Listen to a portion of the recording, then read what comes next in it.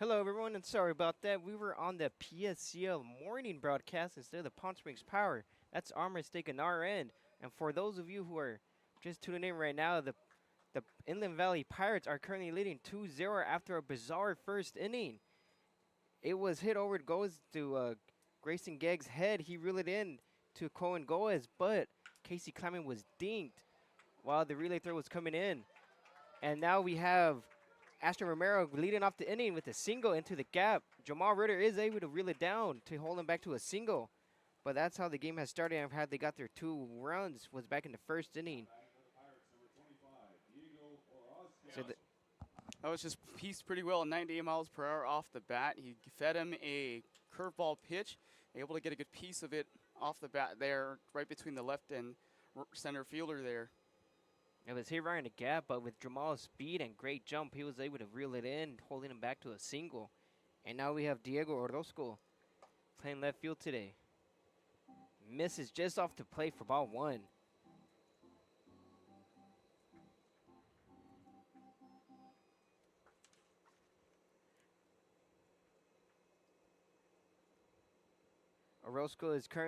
Diego Orozco is currently uncommitted at the moment.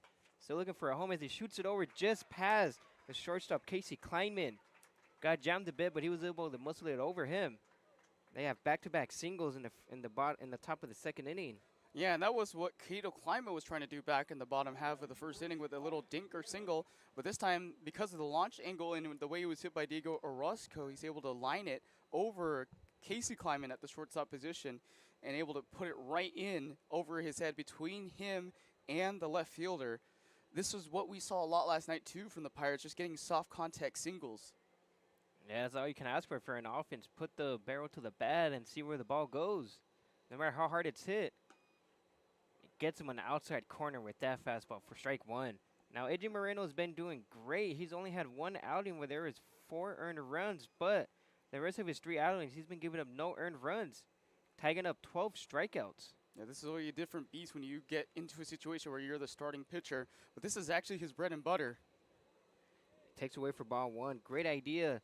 Just missed off the plate for ball one. Counts even up a 1-1.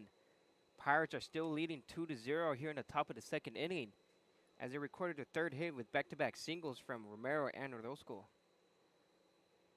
You have Orozco standing at first base and Romero standing at second. Swing and a miss for strike two as he blew him by with that fastball. Counts currently 1-2 to Wyatt Prieto, the shortstop. And on deck for the Pirates, they have their 9-hole hitter, Jarrett Cosma.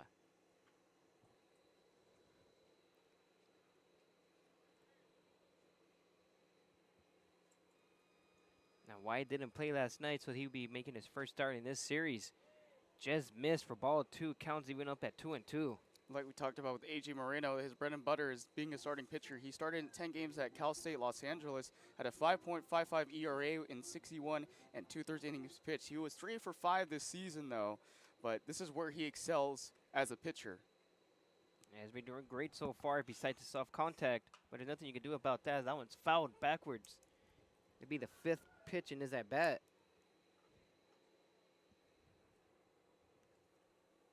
Still a 2-2 count here in the top of the second inning. The Pirates are threatening yet again with the runner at second base, as they were able to tally up back-to-back singles. AJ Moreno got himself some traffic early on, doing what he can to get out of this inning unscathed or to limit the damage at least. Just fouled it off as he was able to tip it with his bat. Seemed like he was early on that pitch. He was early on that pitch. He was able to just get it in with the end of his bat there for Wyatt Prieto. Keeps the at-bat alive, though. Yeah, this would be its 7th pitch right now. He's just been fouling off pitches that are just close. Having a great 2-strike approach. Takes a deep breath and fires it back in, and he got him with the off-speed pitch for strike 3. That'll be his 2nd strikeout. Yeah, very good job there. This time he used an off-speed pitch, and he floated it in there, 80 miles per hour. Dropped the eye level Wyatt Prieto below the strike zone. Causes him to swing a little early on that trigger pull there and got him out for the strikeout. Yeah, great execution by Moreno. And now Dobe is going to be Jared Cosmo, the right fielder, coming up the bat. Now a double play does end the inning here as they have runners on first and second. So it'll be a big play right here if they could execute that. Got him with the breaking pitch again for the first pitch, but he was early and yanked it down the third baseline for strike one.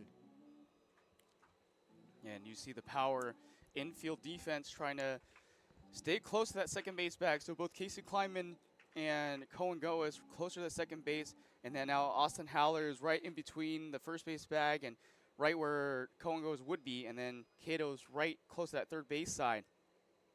But they're leaving a big gap between the two twin brothers here in the interior infield right at that left side of the field. Yeah, a lot of space in between the 5 and 6 gap. Gets him on the outside corner for strike two. What a pitch. Get him looking. He's been living there all game so far. They just dotted that up on the outside corner of the strike zone. Good pitch delivery there. Had a little bit of break, but not a whole lot. More of a four-seam fastball here by A.J. Moreno. Moreno looks back at second base. The swing and a miss with the breaking pitch yet again. Got back-to-back batters on that pitch. Seems to be working for him.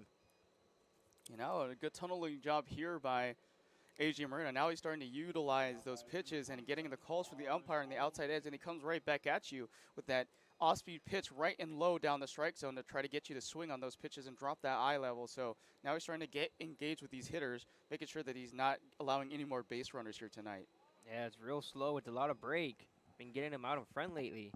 And now we have Vaughn Coleman, the leadoff batter, the DH.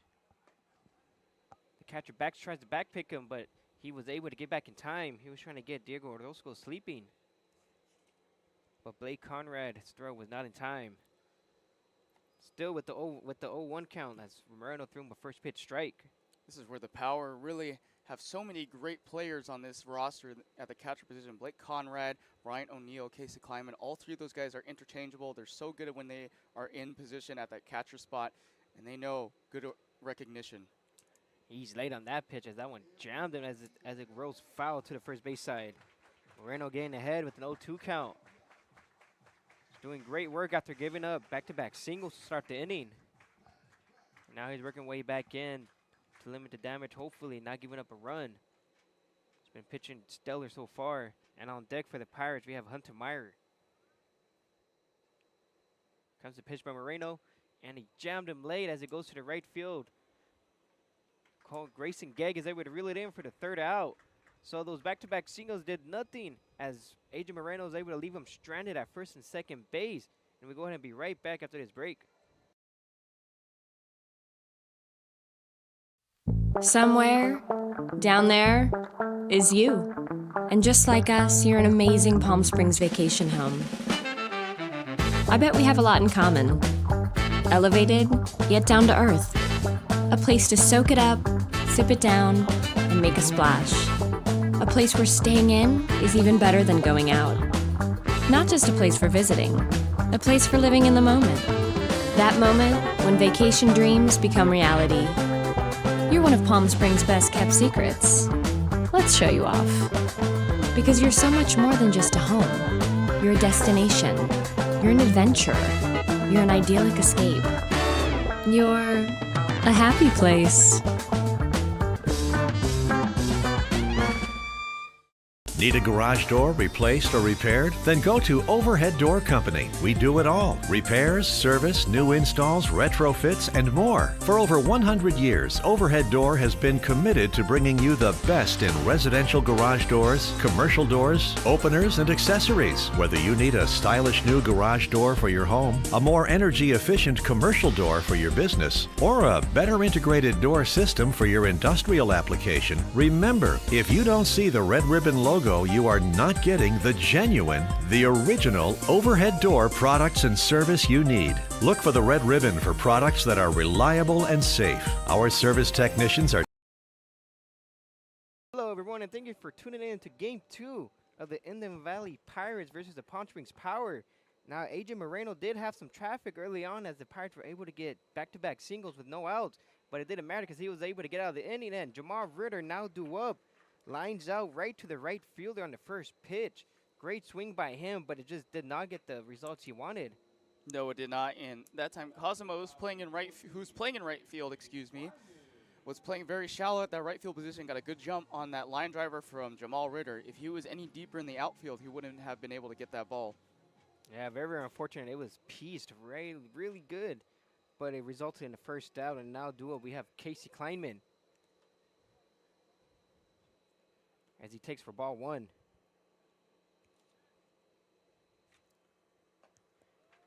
Gets him on the outside corner for strike 1. Count is currently even at 1-1. And this is where Casey can kind of embellish this role right here and get something going here for the Power tonight, because they haven't had a whole lot of success against the Pirates so far, even through this 2-game stretch. Right now, they're still being held just a total of 4 hits in 2 games. And Kleiman shoots it right to the right fielder with weak contact, but he's able to get the second out of the inning. Yeah, same exact thing like Jamal Ritter. Same placement, same line driver to right field. And Cosma, right time, right place for the second out.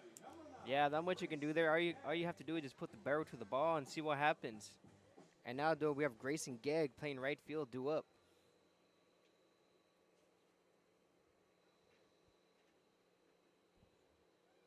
Grayson Gegg is currently their 7-hole hitter. Been getting a little bit more of playing time now, as he didn't play last night, but today he did get to start. Grayson Gegg's currently batting .259. He's currently holding a 4-game hit streak.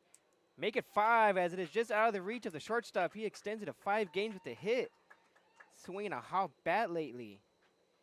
And within those 5 games, he does have 4 RBIs with 2 walks and only 2 strikeouts. Yeah, he hasn't had a whole lot of playing time this year, and this time he gets a good piece of a pitch. Grounded at 90 miles per hour off the exit velo, right between the second base bag and the shortstop there in Prieto, and he's able to get the first hit of the night for the Power. Yeah, hit it where it's pitched, and he got a reward for it. And now, duo, we have Cohen Goes, their second baseman for the Power. Takes for strike 1. He came in last night with Michael Gonzalez starting before he got a weird play where he injured his left wrist. Going to be out for a minute, so they brought in Cohen Goes, and right now they're expecting him to kind of elevate in his role. Yeah, it feels like whoever Casey Dill puts in that lineup, they always seem to execute or be productive outs. Putting the balls in play, hitting the ball to the opposite side of the field, moving runners, long at bats, you name it, they can do it. And now Cohen Goes is currently even with the 1-1 count with 2 outs, and he yanks it down the line. Got ahead of that one. Oh, yeah, he was absolutely ahead of that one. They tossed him a sinker pitch there on the inside corner of the strike zone, and Cohen Goes brought the hands in and was able to get a really good barrel off that pitch. 93 exit velo. See if he can try to bring it in play this time. Yeah, just letting the pitcher know he's not going to beat him inside. And now here comes the pitch. Low in the dirt for ball 2. Counts even up at 2-2. Great 2-strike pitching by Cohen Goes. Hitting, excuse me. This is where Coach Casey Dill kind of expects Cohen Goes to kind of step up, especially for a guy who led the state of Hawaii in batting average in 2024 with 4 triples. And this is the number 3 prospect in Hawaii. So for a young guy like that, it's a lot of pressure, but they know what he's capable of. Yeah, it just shows how deep this lineup can be. And with anyone on the Power team, they can for sure make a big impact. Now the count's full at 3-2 with 2 outs. Power currently down 2-0 here in the bottom of the 2nd inning. They just got their first hit, and he shoots it up the middle right to the pitcher. He fields it and throws it to first base. He's able to come out of this inning unscathed, leaving the Power scoreless yet again. And we'll head over to the top of the 3rd inning after this break. Jessup Auto Plaza has been proudly serving the Coachella Valley since 1938 as your trusted family-owned auto destination. Now, electrify your drive with the Valley's most extensive range of electric vehicles. Drive the Chevrolet Blazer, Equinox, Silverado, the powerful GMC Hummer, Sierra, and the distinctive Cadillac Lyriq. Silent power, bold performance. Electrify your drive. Jessup Auto Plaza. Since 1938, the EV brands you love, the family you trust. Hey, Coachella Valley, Patrick Summers here, General Air Conditioning and Plumbing. Spring is here and summer is right behind it. Don't get caught with a broken air conditioning system. Call us now. Let us get a tune-up done. We're offering a special for $79. It comes with a seasonal guarantee. Call our team today. Get yourself scheduled before the heat hits. Be proactive, not reactive. Go ahead and book at callthegeneral.com or call our offices and we'll get you taken care of.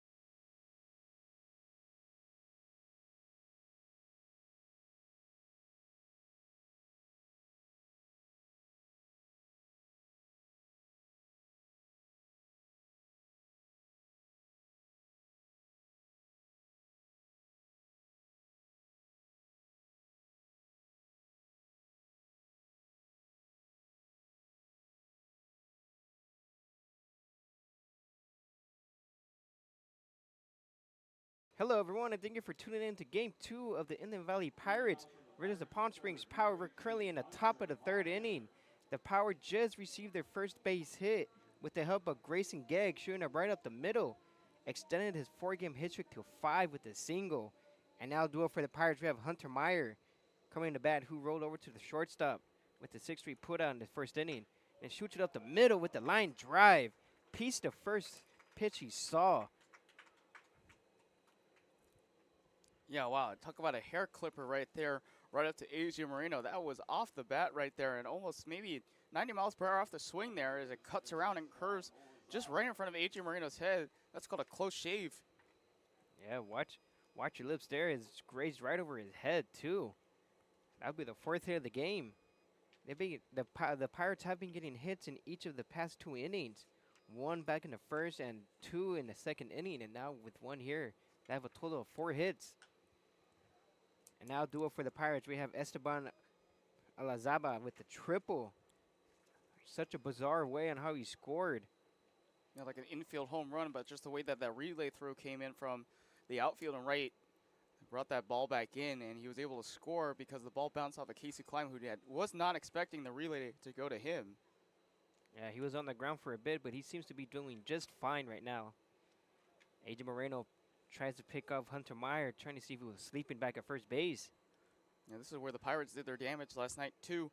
They went for the 4th inning and the 5th and the 6th. They combined for 6 hits in that inning. They're doing that here one more time, or at least consistently getting those hits, like you said.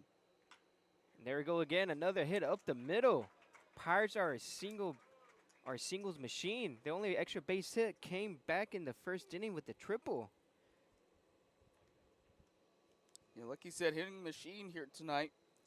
And that one got up right up the line driver, 91 miles per hour. And they're keeping these swings lateral to their body right now. They're not swinging up. They're swinging laterally across their hips, a straightforward swing. And they're able to just get these good line drivers out into the outfield. This is just called good hitting, good base hitting from a team like the Pirates right now. Yeah, you said it correctly. They are not trying to swing out of their shoes. They are just staying within themselves and just driving it where it's pitched.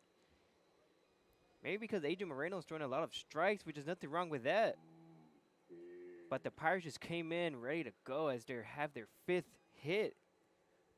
And we're only in the top of the 3rd inning. Back-to-back singles to start off the inning yet again. We have Esteban Alazaba starting at first base with Hunter Meyer starting at second. And that one's cute off the bat. There's not going to be no double play as it was just hit soft enough. Austin Howley was just able to step on the bag at first to get the first out. Yeah, good job by Holler. Doesn't need to try to force a bad play there. Just picked it up, get the runner, the easy out at first base as the roller went down that first base line, able to pick it up, step right there.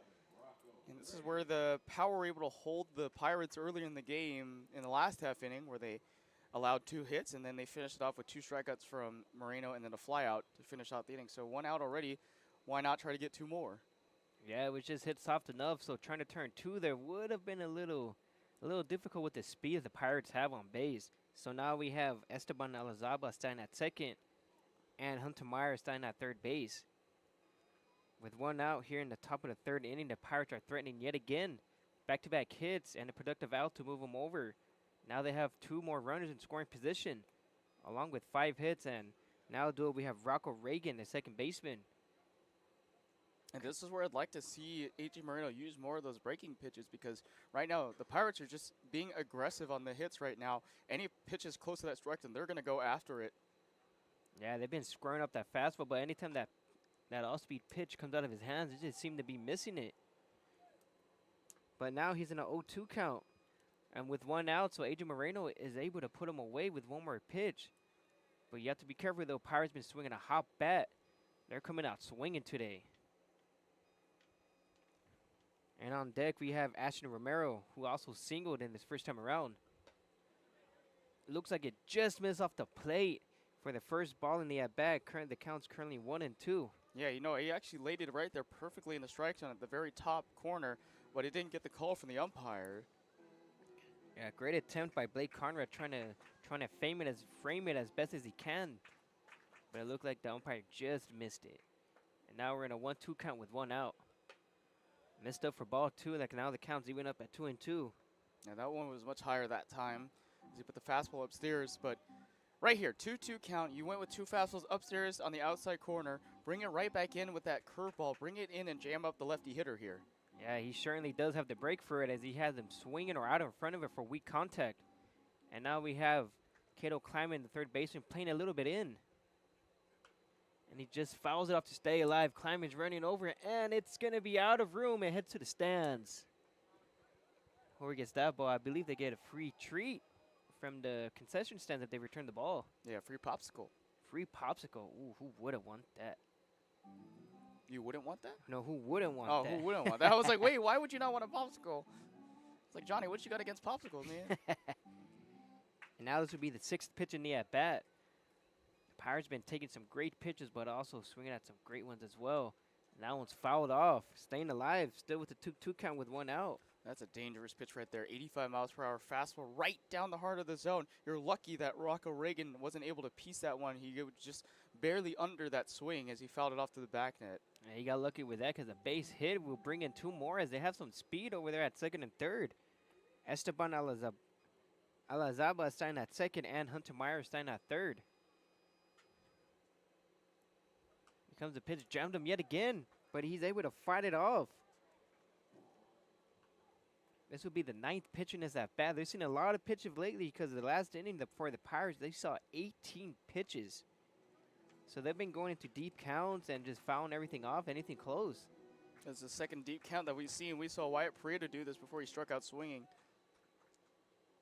But he has it in swing mode now. And he just, and he got him looking for strike 3. What a great pitch, an off-speed pitch on the outside corner. Very good pitch on that outside corner right there. Such a good spot there by AJ Moreno to get the batter out finally. But yes, you use a lot of pitches in this count, but you want to get these crucial outs. Yeah, let's see if AJ Moreno can limit the damage as they were able to get back-to-back hits to start the inning yet again. They currently have 5 hits through this will be the top of the 3rd inning. And the Power alone only have 1 as they were able to get 1 back in the 2nd inning. But now we have Ashton Romero, who also singled back in the 1st, swinging at a first strike, missing. Yeah, this is always a favorable matchup. If you don't get this batter to go aggressively on those fastballs, you need him to try to swing and miss on those breaking pitches on the outside corner. Yeah, they've been certainly early on those. And he smacks it up the middle. Ashton Romero gets an RBI single, and it comes both runners. They're trying to get him at second base, trying to advance, and they get him just in time. Romero tried to get more than he can chew, but he's out at second base, ending the potential rally. But Pirates do pile on another 2 more runs. Here in the top of the 3rd inning, they do lead the Power 4-0. We'll be right back after this break.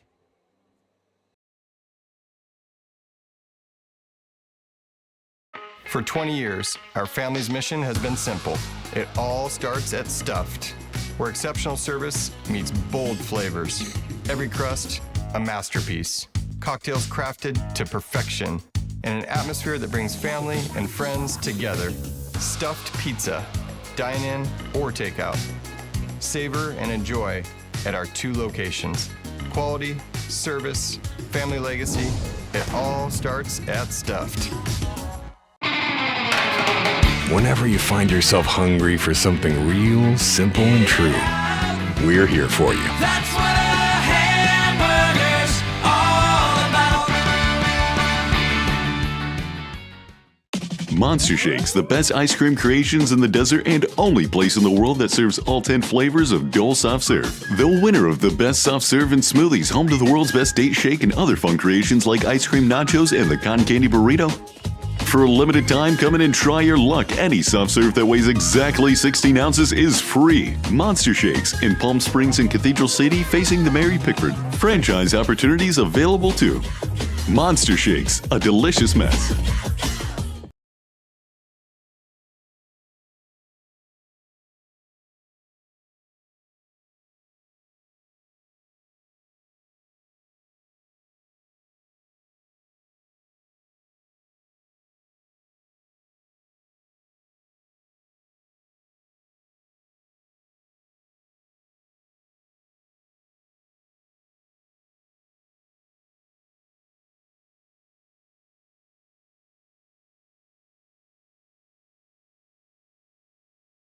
Hello, everyone, and thank you for tuning in to the second game of this two-game set.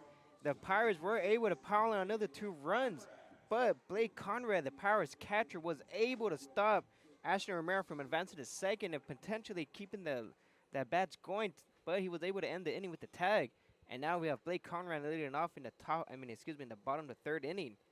Score is currently 4-0 here in the bottom 3. Blake Conrad hasn't seen a whole lot of play time at the offensive side in 10 games. He has a 160 batting average this year with only 4 hits, so he's trying to change that narrative here. He's a great defensive catcher, but offensively hasn't really shown out that full colors yet. Hoping he can start kicking into that second year that he has. Yeah, it's his batting average that haven't been seeing results, but his on-base percentage is ridiculous. He has a .417 on-base percentage. Doesn't strike out very often. He only has 2 in 10 games he's played in. So he's been doing very well putting the ball in play. And the most walks he had was back on June 20th against the SoCal Mavericks with 3. Yeah, and that's what's been helping him since his senior year at high school in San Marcos. Able to have a .310 batting average. He's trying to replicate that here this season with the power, but again, like not a whole lot of play time, a lot of ground balls, but a lot of walks too, so he's a patient hitter. Very patient. He has collected 8 walks so far this summer. And now he's in a 2-2 count here to lead off the bottom of the 3rd inning. They'll need him to be as patient as they can because they'll take any base runners they can get. Fouls it off, shoots it right down the first baseline. He was late on that fastball. It was a little late there, but he was able to bring his hands in and get a good barrel on it at 86 off the bat. And he's just got to try to get that thing in play here with that sinker pitch coming here. So right now, Andrew Phillips using that sinker pitch a lot more right now. Andrew Phillips been pretty good lately. Only has 2 strikeouts so far through 2 innings of work. It looks like that breaking pitch missed in, stayed up, so now the count's full. Blake Conrad just showing off how patient he could be.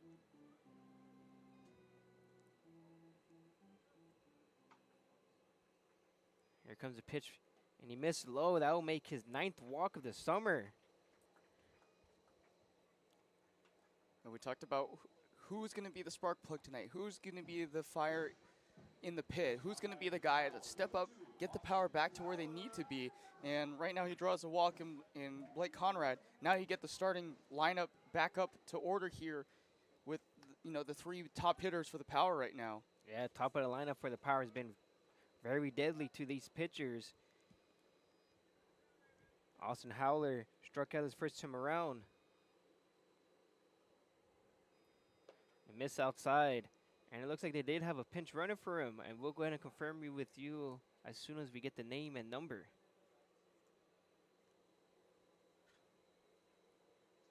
Austin Howler takes for ball 1. Counts currently 1-0 here in the bottom of the 3rd inning. Pirates are currently leading 4-0. That's still Conrad over there at first base. That's still Conrad at first base.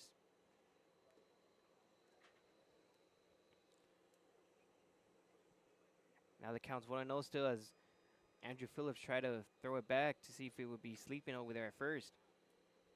And it shoots it right down the line. Foul. It was early on that one, but it was a loud strike. Yeah, he really got a good barrel of that one. I don't even know how he was able to get that pitch. He brought his hands in on an inside lower corner strike pitch. It was a curveball sinker, or basically a curveball with that 16 inches of break, and he got 103 off the bat. Hopefully he can do that and try to drill a home run here. Yeah, hopefully he can. So that would bring 2 runners in scoring position because that would have went down the line. And he shoots it the opposite way. He's able to muscle it over the 3rd baseman. And now he's running to first. Running to second. And Holler stuck. Thought about advancing to second, but he stays put, making the smart move to stay at first base. Would have been a risky move if he tried to advance. But he'll settle with the single. And now Blake Conrad is at 3rd base after that hit. I like it, though. At least Austin Holler recognizes the same pitch because he threw a cutter this time on the other side of the strike zone at 81 miles per hour, able to reach after it, get a little dinker line drive to left field, and place it in the perfect spot to roll over and allow Blake Conrad, who's got good speed, to go to 3rd base. Austin Holler had a chance to go to second, but because of the pickup there from Orozco, he's not able to. And now he shoots it up the middle. A high chopper. Austin Holler going to second. Shortstop tried to turn 2, but it was too late, as Cato Kleiman with his speed was able to beat it out. And that means Blake Conrad is able to score in that high chopper. You take as many runs as you can here in this situation, right?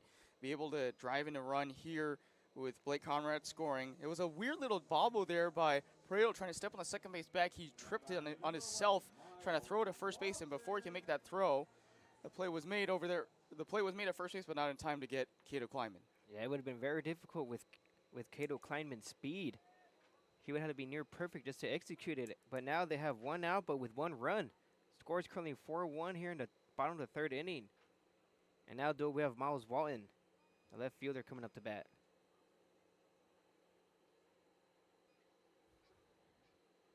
And he shoots right to the shortstop. And he fires it back in. And he got him with a double play. Cato Kleinman took too much of a lead trying to read the line drive. But the shortstop was able to rifle it in to get the double play to end the inning. Yeah, and stop any potential momentum that Power was getting from that.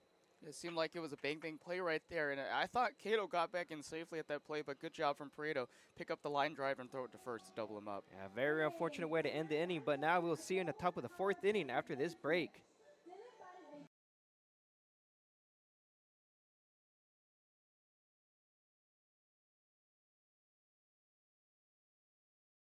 There's something winning in the agua. Catch all the action at 360 Sports at Agua Caliente Casinos. Watch your favorite teams on our giant wraparound screens. See live scores on the LED sports ticker. Win big with our bar top games and enjoy great twists on bar food favorites. And with 3 premier casino locations, 360 Sports is the ultimate fan experience. For more information, visit aguacalientecasinos.com. Across the Coachella Valley, you'll find our communities powered by short-term rentals.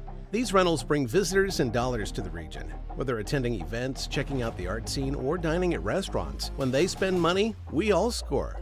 The nearly $1 billion impact of short-term vacation rentals generates tax revenues that fund police, firefighters, education, and many other programs that improve our daily lives. To learn why short-term rentals are a grand slam for the home team, visit onecv.org. Shopping for car insurance is confusing. Holy cow. Great. Now we have a cow in our kitchen. Why did you say that? Because I don't know what coverage to choose. So just say the State Farm jingle. A State Farm agent can go over all your options with you and help choose coverage that meets your needs. Dude, cow, could you move? Like a good neighbor, State Farm is there.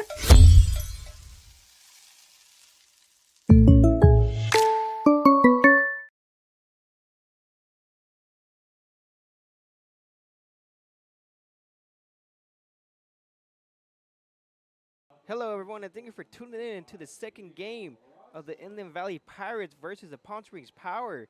Now, the Power did have some momentum going their way, but it ended in a very unfortunate way. Miles Walton hit a shot right to the shortstop. Cato Kleinman could not get back to first base in time, so it was a double play to end the inning. But the Power were able to put one on the board, so the score is 4-1, entering the top of the fourth inning. And there's also a pitching change. For the Power, AJ Moreno's day is done, so we have Kenny Keller coming in to relieve him. The lefty coming out against Diego Orozco, who's also a lefty. So we got a lefty-lefty matchup to start off the top of the fourth. And Kenny Keller brings in an element that the Power have had this season, which is good pitching right now.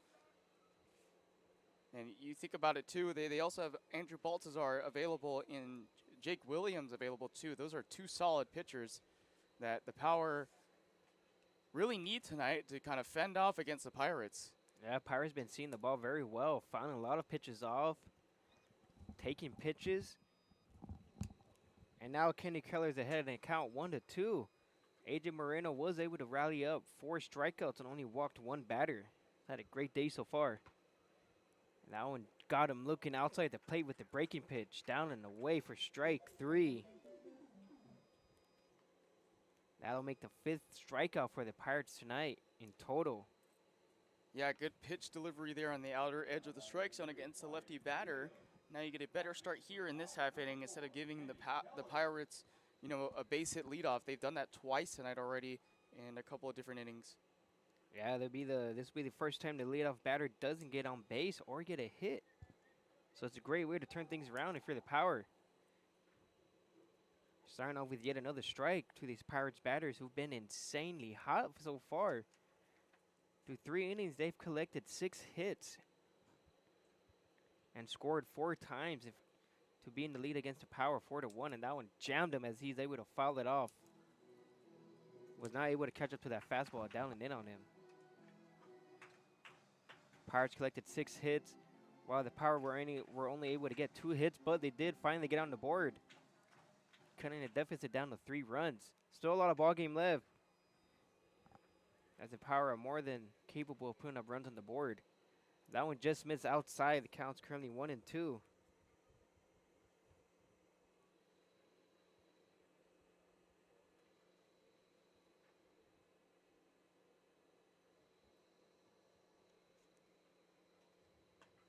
Wire Prado takes outside and low for ball 2. Counts even up at 2-2. Still with 1 out here in the top of the 4th inning. The Pirates are still up 4-1. They collected 6 hits, no errors, while the Power has 1 run and 2 hits. Strike 3 got him swinging and missing. Great way to start the inning, as the Pirates been dazzling hot with their bats, and Kenny Keller is able to cool them off. Yeah, here's the great thing about Kenny Keller and why he's been able to do good damage so far, just because of that pitching arsenal that he has, and being able to, obviously a lefty pitcher against these righty hitters. So far, they've been able to get good barrel to the ball so far, but because Kenny Keller uses different pitches than AJ Moreno, he's able to really change the eye level and change the speed and timing. And now Keller's ahead yet again with strike 1 against Jared Cosmo, who also struck out his first time around.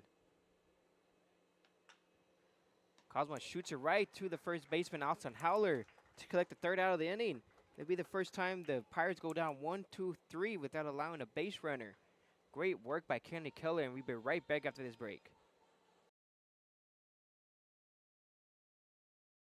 There's something winning in the Agua. Catch all the action at 360 Sports at Agua Caliente Casinos. Watch your favorite teams on our giant wraparound screens. See live scores on the LED sports ticker. Win big with our bar top games and enjoy great twists on bar food favorites. And with 3 premier casino locations, 360 Sports is the ultimate fan experience. For more information, visit aguacalientecasinos.com. Across the Coachella Valley, you'll find our communities powered by short-term rentals. These rentals bring visitors and dollars to the region. Whether attending events, checking out the art scene, or dining at restaurants, when they spend money, we all score. The nearly $1 billion impact of short-term vacation rentals generates tax revenues that fund police, firefighters, education, and many other programs that improve our daily lives. To learn why short-term rentals are a grand slam for the home team, visit onecv.org. Shopping for car insurance is confusing. Holy cow. Great. Now we have a cow in our kitchen. Why did you say that? Because I don't know what coverage to choose. So just say the State Farm jingle. A State Farm agent can go over all your options with you and help choose coverage that meets your needs. Dude, cow, could you move? Like a good neighbor, State Farm is there.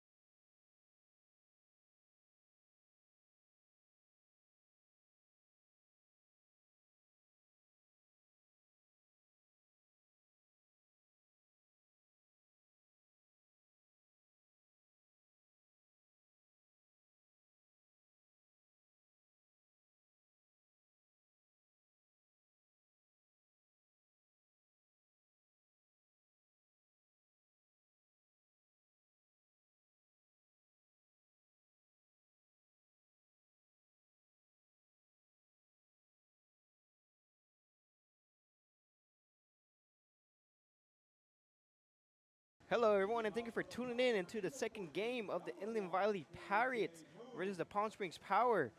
Now, the Kenny Keller, who came in to relieve for AJ Moreno, was able to shut them out 1, 2, 3 as they really needed it, because the Pirates just continue to lay it down hits as they have a total of 6 hits through 4 innings of work and 4 runs. But Kenny Keller was able to stop that, hopefully shifting the momentum over to the Power as they need to get base runners on. They currently only have 2 hits with 1 run. And now due up for the Power, we have KJ Moon.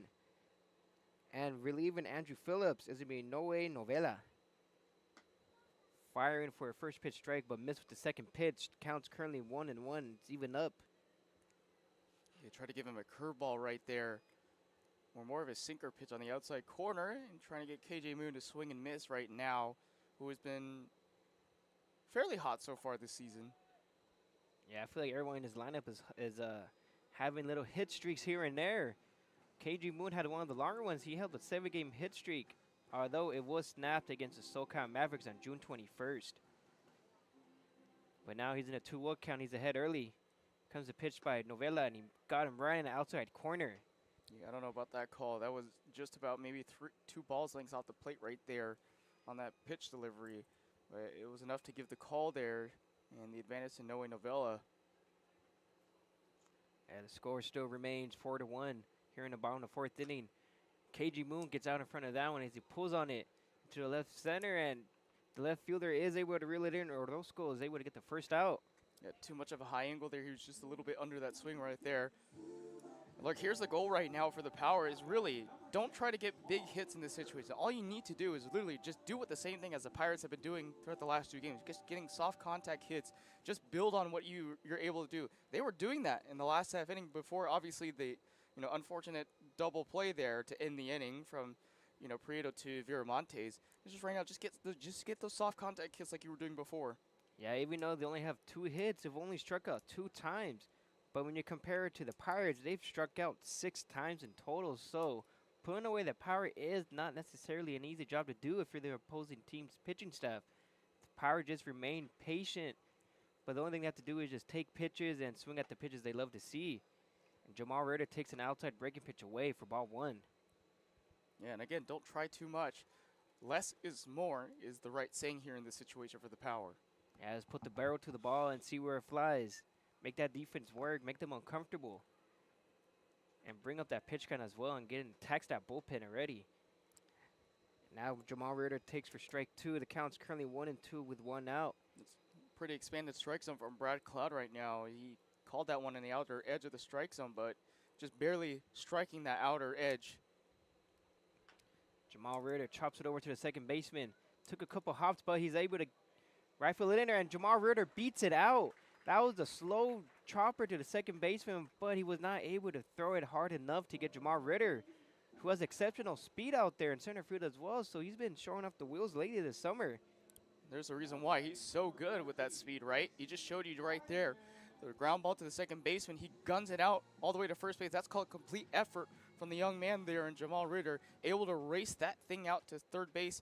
And the throw, yes, he gunned it in Reagan over to Viramontes, but just not in time for the speedy Ritter to get there. And just to give you an example of how quick he is, in a 6-game stretch, he had 11 stolen bases.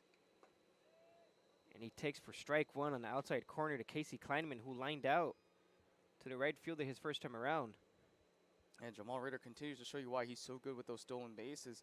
When he was at Norfolk State, he had 36 stolen bases, 12th among all NCAA players at Division III. And there he goes running down the second base, and it's not in time. The ball was a little bit offline, but Ritter's speed makes it so much difficult. And now Casey Kleinman's in a 1-1 count with 1 out. He does have the chance to cut the lead in half, as the Power are down 4-1 here in the bottom of the 4th inning. And Jamal Ritter just showed you why. Now he's at 20 stolen bases on the season. He's the first guy to make it to 20 or more stolen bases. There goes Jamal Ritter. Shoots it right over to the shortstop. He fires it to first base, and they collect the second out. Jamal Ritter stealing the bag on back-to-back pitches. It's more of a sacrifice hit there, essentially. Yes, he was going for third base already, so kind of a run and gun play there. But now you get a good run there at third base. You need to get the job done here. Yes, you have 2 outs. But just, again, soft contact hits is all you need right here. And this guy right here, Grayson Gegg, who's coming up to bat. He just did that earlier. Can he do it again? Yeah, it was a great productive at bat by Casey Kleiman, just putting it on the ground and helping out Jamal Ritter to advance with third. And now we have Grayson Gegg coming up to bat with 2 outs. Did single his first time around. The score still 4-1 here in the bottom of the 4th inning. Jamal Ritter standing at third base after he legged out a single that was chopped slowly to the second baseman, Reagan, but was not able to throw it in fast enough to get him. And now Grayson Gegg takes low for ball 1. And Grayson Gegg is also a very patient hitter this year. And just the way he's been up there at bat, he's been able to draw a lot of walks this year. He's got 10 walks in this season. He's a patient hitter, and he knows how to get the ball in the right spots. And for those who are tuning in, Grayson Gegg expanded his 4-game hit streak to 5 in the first inning with a single. So he's one of those power players that's keeping a streak alive in that lineup. And now he takes for strike 1. The count's currently 1-1. Here in the bottom of the 4th inning, Power are currently down, but they do have the chance to cut it in half as Jamal Ritter is just waiting at third base. Grayson Gegg takes for strike 2 as he didn't like that call. Yeah, he's getting cut up on the outer edge of the strike zone right here. And here against the new pitcher, Noe Novella, he's been able to mark it up on the outside edge of the strike zone with those cutter pitches at 83 miles per hour. Yeah, great pitching by him as he's been dotting the outside. Tries to go back again with the high fastball, but Grayson Gegg was not having it. So now he takes ball 2. The count's currently 2-2 with 2 outs here in the bottom of the 4th inning. Power need a base hit here. Put the ball in play, and hopefully it goes for a base hit as Jamal Ritter is standing at third base. They did score back in the 3rd inning. And now Grayson Gegg remains patient. He takes ball 3 with the fastball up and away. He's able to work it to a full count. He's losing control of that release point right now. And again, like we talked about, Grayson Gegg having a lot of patience. He's already up to a 3-2 count here in this situation. Get on base is a good deal. You have a good hitter behind you who can get this thing going. Grayson Gegg takes low for ball 4. Yeah, Grayson Gegg doesn't necessarily strike out too much as well. He only has 5 strikeouts in 12 games he's played. And now with that walk, we have runners at first and third. We got Jamal Ritter still standing at third base. And now Grayson Gegg, who worked himself a walk, standing at first base. And now we have Cohen Goa as the second baseman. I mean, obviously, we're not expecting Cohen Goes to, drill a home run and tie the ball game right here with one swing of the bat. But we're expecting him to at least try to get something going here with the young freshman talent. Yeah, Power's been threatening getting runners on, but they're just falling short.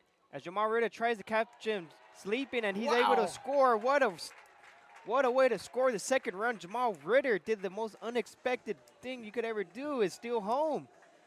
It looked like it was routine. The catcher just threw it back to the pitcher, and he took off, just showing off how fast it can be. Power had the flash in that lineup. All right, he just sent that to the catcher here in Romero, through to the pitcher, and Ritter was literally maybe 3 ways down the third base line, and as soon as that ball was thrown, he started going down that third base line. It caught everybody by surprise. Everyone gasps. Even the crowd it was like watching a horror movie. No one had expected it. And because the throw came from the pitcher, it wasn't in time because he threw it to his left of Romero. And when he leaned in, Jamal Ritter able to get that oven mitt right into home plate.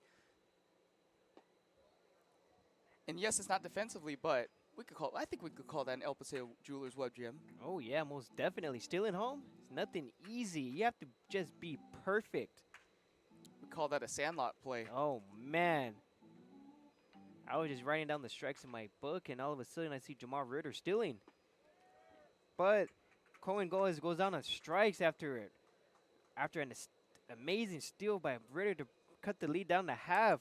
But now they scored in back-to-back innings. And we'll be right back after this break.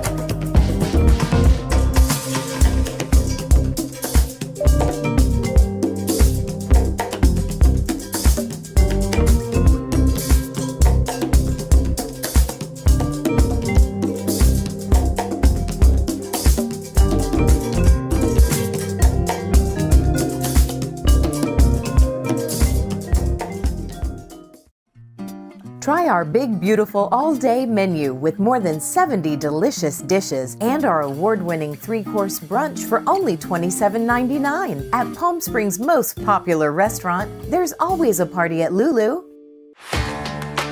Whether you're building, landscaping, renovating, refreshing, or simply researching, rent the right size tools where you're. Hello, everyone, and thank you for tuning in into the second game of the Inland Valley Pirates versus the Palm Springs Power. Now, the Power were able to put out another run with the dazzling steal, but Jamal Reardon stealing home, catching everyone off guard.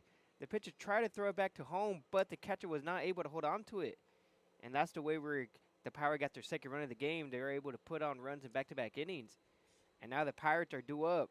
For the leadoff batter, it's going to be Vaughn Coleman, who walked and flied out to the right fielder. His first in his at-bats is currently 0 for 1. Now he takes a 1-1 count to Kenny Keller, who was able to put away the Pirates in order 1-2-3 for the first time this game. Since the first 3 innings, the Pirates were able to get leadoff runners on as well as back-to-back hits back in the second and third inning. Yeah, I wanted to give Jamal Ritter a nickname, almost Rapid Ritter, but I don't think that comes off the tongue pretty well. But the way that he stole home was enough to really consider it as a situation where you're putting the team on your back. Like we talked about early in the broadcast, we need a guy to get a spark. Who's going to be the guy to light the fire under the team? He literally just did that himself, running through all the bases. He almost had 3 stolen bases in that one round, but because of the sacrifice hit, he only has 2. Yeah, it was a productive at-bat by the Klymans, but now he was able to bring himself in. And now he'll take a leadoff walk by Kenny Keller. As that ball just missed up in the zone. And now we have Hunter Meyer, who singled his first time around. He singled his second time around back in the third inning and scored. So this is something you don't need if you're the Power. As the Pirates, we're just getting runners on, moving them over, putting the ball in play, having productive outs, and as well as taking some good pitches, but they do have a total of 6 strikeouts. So the Power pitching has been striking them out, but it's just been difficult for the Power to not get the runners on. And now he takes out for ball 1. Yeah, you still have the double play situation here right now, and so far through the first inning of relief here for Kenny Keller, he's been able to hold the team to just a 1-2-3 outing. See if he can do that again here. And he's been great so far, and he takes in for strike 1. Counts currently even at 1-1. The lefty coming in to relieve A.J. Moreno. And Kenny Keller, we know, has a full arsenal. 2-seam fastball, slider, change, spike curve, splitter, and even a palm ball this year. He's putting it all on display right now. Kenny Keller got him swinging. Currently holds an ERA of a 5.56. But he's been stellar tonight. Currently in a 1-2 count against Hunter Meyer, their center fielder for the Pirates. And on deck we have Esteban Alazaba starting on deck with going 2 for 2. And Kenny Keller, the lefty pitcher, obviously you can see that first base bag right there and keeping it close by with the runner and Vaughn Coleman there. Haven't seen any stolen base attempts by the Pirates so far, as that one's fouled weakly, out of play. The at-bat still continues. Counts 1 and 2 here in the top of the 5th inning. The Pirates are still leading 4-2. They collected 6 hits, no errors. The Power has 2 runs, 3 hits, and no errors as well. It's been a clean game so far by both defenses. Kenny Keller, we know, is one of the stars for this team. He's well known in the organization when he played at College of the Desert. And obviously this is one of his first years here playing for the Power, but a long line of good Kellers in the family as well. Talk about that in a second. And he jams him in as Cato Kleiman throws it to second. It's going to be a 5-4-3 double play to get the first 2 outs of the inning. Cato Kleiman to Cohen Goes, and they were able to turn a double play. Yeah, that was going to be a really close play at first base right there. But good relay team here from all the infielders to at least get a good chance here. Cato, like you said, made that play to the second base back. Cohen Goes, who got in time to Austin Holler at first base just before the foot could come down from Hunter Meyer. And again, there we go. Ground double play. Now you bring it back to a situation and get out of the inning with a 1-2-3. Yeah, it's like there was no runners on to begin with anyways. So now Kenny Keller was able to get a double play.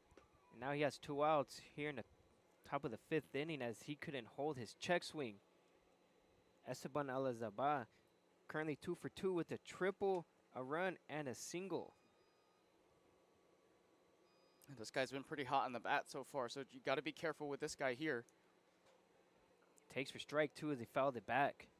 This is where, see, we talked about this with, AJ Moreno, and obviously we had some pitches where the Pirates were barreling the pitches right down the middle of the strike zone. Kenny Keller pitching around these guys, but he's been able to change the speed, change the timing against the Pirates. And this is exactly what Casey Dill wanted to see from this pitching staff, being able to keep these batters off balance in the situation. Yeah, it looks like the Pirates are going to have a hit fest in the first couple innings, but the tables have flipped. They still remain at 6 hits. But last night, Esteban went 0 for 4 last night with the strikeout. Completely changed things around today. And now he's sitting with the 1-2 count here in the top of the 5th inning with 2 outs. Swing and a miss for strike 3 as the Pirates weren't able to pile on another run. Although the Pirates are still down 4-2 entering the bottom of the 5th inning. And be right back after this break.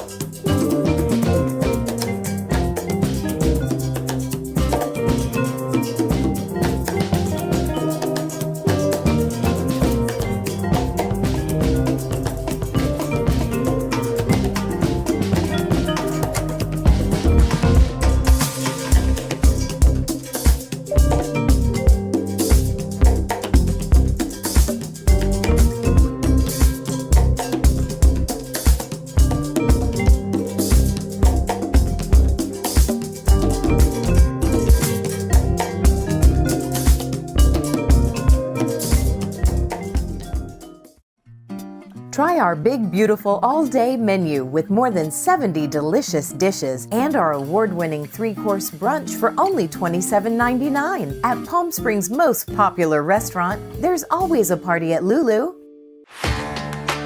Whether you're building, landscaping, renovating. Hello everyone, and thank you for tuning in into the Palm Springs Power versus the Inland Valley Inland Valley Pirates. The score still remains 4-2, but it looks like things have started to shift a little bit as the Pirates. They did get a leadoff runner on, but the Power were able to turn a double play right after, and Kenny Keller was able to get the last out with the strikeout. So now duel for the Power, we have Cohen Goez, currently 0 for 2, but he takes ball 1 here against Noah Novella, who's still in, who came in to relief for Andrew Phillips. And a foul the back for strike 1. The count's currently 1-1.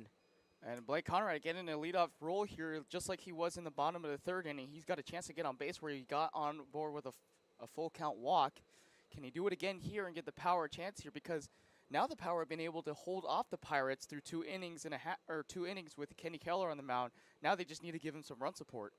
Excuse me, that was Blake Conrad, who walked and scored his first time around back in the 3rd inning. Power have been scoring in back-to-back innings. So let's see if they can continue that trend and hopefully cut down the deficit. They currently have 2 runs, 3 hits, and no errors, while the Pirates are still at 4 runs and 6 hits, as well as no errors. Blake Conrad shoots it right over to center field, but it's right at him. Looks like he misread it. He's running first. Blake Conrad still running. The center fielder has not thrown it in yet, and he rifles it right over to third base. It looked like he misread it or misplayed it with the light. Now it's shining right at him. It looked like it was a guaranteed out, but he just misread it. Yeah, that's pretty much an error because it was laid perfectly for Meyer out there in center field, and I guess he just misjudged it on the liner there at 79 miles per hour, and it went over his head just by minuscule, and it gives Blake Conrad, and again, we talked about it, can you get on base? He's at second this time instead of a walk, So he's got him. Now you bring up Austin Haller, and you can tie the game with one swing of the bat because we know Austin Haller can send the ball over that fence. Yeah, Power been doing a great job getting someone on base. As the only time there wasn't no one on base was back no excuses in every inning that had someone on base actually. They've been getting hits or earning themselves on by walking. And this is the 5th straight inning that someone gets on, whether it's an error or a walk or a hit. And they've been doing great at it. But now they need to cash them in with Austin Howler in the top of the Power lineup. And I also thought Blake Conrad, if he was aggressive as he could have gone to third with that bad throw from the relay from the center fielder Meyer out there too. But he's at second, so keeping it conservative though. Yeah, better safe than sorry because now they have a runner on scoring position. Base hit could bring him in and bring down the deficit to within 1 run. What a great addition that Haller has been for this Power team. Coming back to another season where he said he loved the community here. He loved the fans. He loved just being around. He's a California product. He grew up. Now he's at Western Kentucky University. He's one of the prime hitters for the Power. And Austin Howler fouls it away into the stands for strike 2.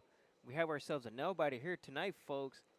Looks like it's been teeter-totting with the Pirates first dominating, getting runners on, but now Kenny Keller has been shutting them out.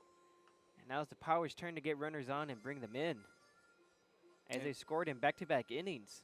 Yeah, if you missed it too, you could probably tune in as with the interview from Brian over at Fox Sports 1270 AM radio with Austin Haller and KJ Moon and I in the Fox Sports 1270 AM radio studio just down the way here at Palm Springs Stadium.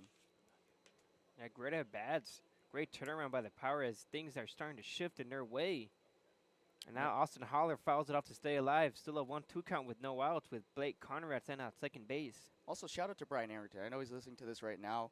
What a great guy. What a great studio. What a great person to really run that station over there at Palm Springs. Always full of energy from what I've noticed. And Austin Haller rockets it right over the right fielder. Still going back. Does he have enough? Oh, and it's just caught at the warning track. He just got under it. But it does advance the runner to third base. Austin Haller almost had it as it was at the wall. Just missed the 2-run homer. But that does advance Blake Conrad to get a productive out. Just in the park, but mind you, folks, it is 350 down the line. And the walls are about 10 feet high, so it's going to be very difficult for it to hit home runs here, but he was able to move them. And now we got a runner at third base with only 1 down, and Cato Kleiman, who's also one of those batters that does not strike out. And there he goes, puts it in play just like he always does. So now they got 2 outs, but they were able to get a run out of it. Yeah, good job. Again, we talked about Blake Conrad being in that spot, being able to get the second base on that error, able to get another run in. And now they're 1 run away from getting this back into control here and tie this one up. That last hit from Austin Haller, I thought that thing was about to be gone. Did you hear the silence in the stadium? Everyone holding their breaths, thinking that that thing was going to be trailing out of here in this Major League ballpark. It just barely misses it by at least 3 feet over that wall, and a good read by Cosmo on right field to make that catch. Yeah, certainly had the height. I thought it for sure was going to leave. I thought it had a chance, but it just fell short.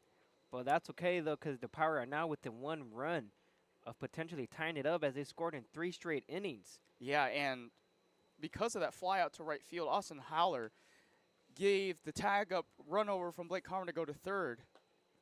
Takes low for ball 2. Counts currently 2-0 to Miles Walton. Blake Conrad has scored twice tonight already.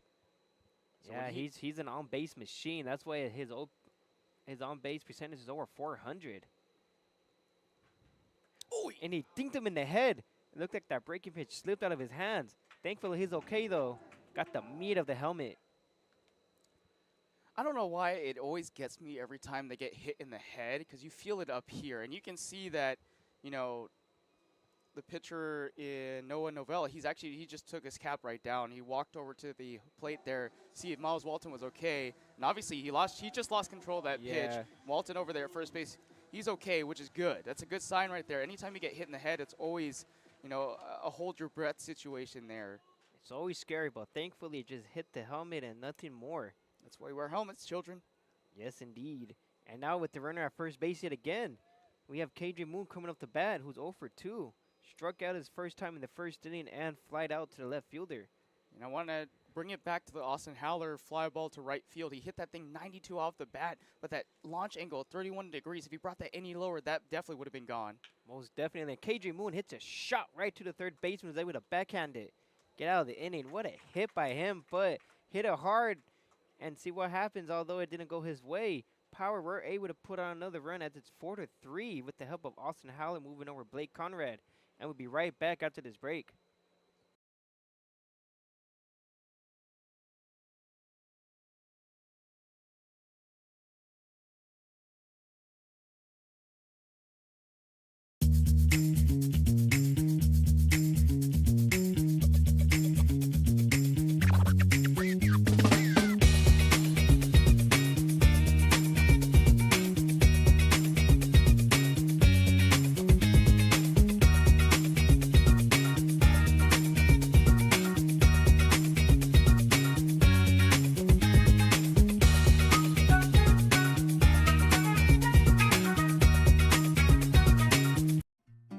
Try our big, beautiful all-day menu with more than 70 delicious dishes and our award-winning 3-course brunch for only $27.99. At Palm Springs' most popular restaurant, there's always a party at Lulu.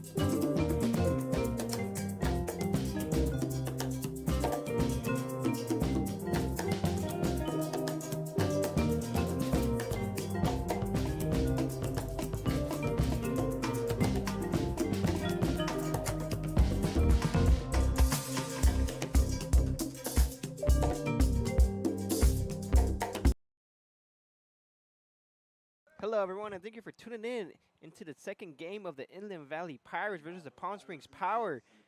We certainly have a great one today as Austin Howler nearly missed a 2-run homer, but it stopped right at the wall, but it was able to help advance Blake Conrad move to third, and with the help of Cato Kleiman, he was able to put it in play on the ground and bring in the next run. So now we're sitting here at 4-3 here in the top of the 6th inning. Pirates have not scored in back-to-back innings. That was back in the 4th and the 5th. So things are certainly starting to change with Kenny Keller on the bump. He throws a pitch and he fouls it off as he was late on that fastball. Counts currently 1-1 to Jordan Viramontes, who struck out and rolled over to the first baseman his first 2 times around. Yeah, and Kenny Keller, through 3 innings so far here in his 3rd inning of work, he's been able to hold off the Pirates to just 0 runs, able to get a 1-2 inning with the help of his defense with a ground ball from the last half inning as well. Yeah, great outing so far. He's collected 3 strikeouts and only allowed 1 walk, but after that walk, he was able to turn a double play back in the 5th inning. Power's defense has been great so far, and he fouls it back for strike 2. It counts full at 2-2. Is keeping these hitters off balance. We talked about that big pitching arsenal from Kenny Keller, and you see why it's so difficult for these hitters to kind of get around those pitches because the timing is so off. They're not able to find the right eye level, the right timing. They're off balance here right now. So right now, good job from Kenny Keller just to keep these Pirates batters off balance. He fouls it off yet again. He's late to try to jam him inside.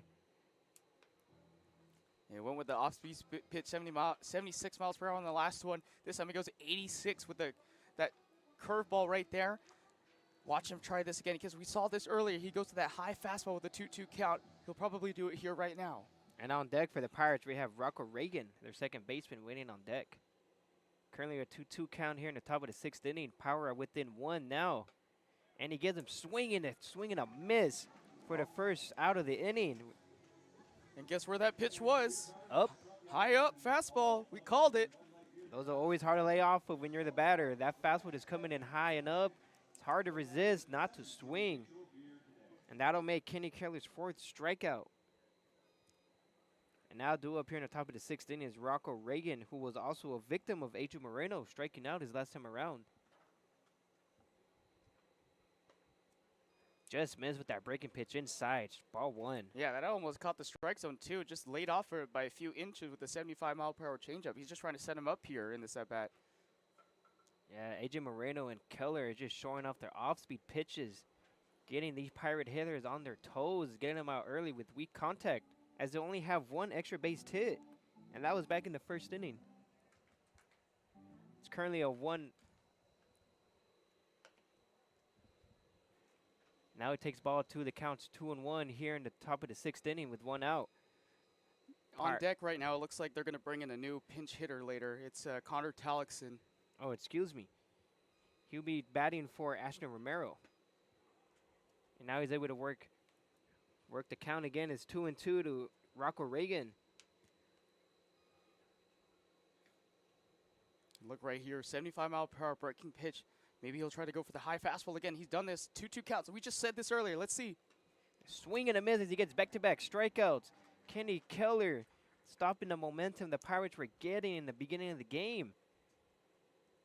It wasn't a high fastball, but it was high. It was a slider at 86 miles per hour. So, again, changing the judgment of these hitters right now and being able to kind of, again, keep it off balance. This has been a great outing so far from Kenny Keller. Yeah, he's been doing marvelous so far. AJ Moreno also had himself a day, but the Pirates were just getting weak singles. Although they only got 1 extra base hit so far, everything else, the rest of the 5 hits were just soft liners or just hits just over the head of the infield. How about this? 5 strikeouts, just only a walk so far. No hits from Kenny Keller since taking over back in the 4th inning. Yeah, a change of size might have helped as Kenny Keller is a nasty lefty. And this game is also flying by fast, just like last night. It's started at 7. It's already 8:30. We've gone through 1 hour and 30 minutes. The game last night was only 2 hours and 35 minutes. And now batting for the pinch hitter for Ashton Romero is going to be number 10, Connor Talixon, coming in out of University of Nevada, Las Vegas. Yeah, just like you mentioned, it is going by pretty quick. The ball's being put in play quite often tonight. And that's a weak infield pop-out for Talixon first time around, and he's able to get out of the inning yet again on the 1-2-3. And we'll be right back after this break, heading into the bottom of the 6th inning.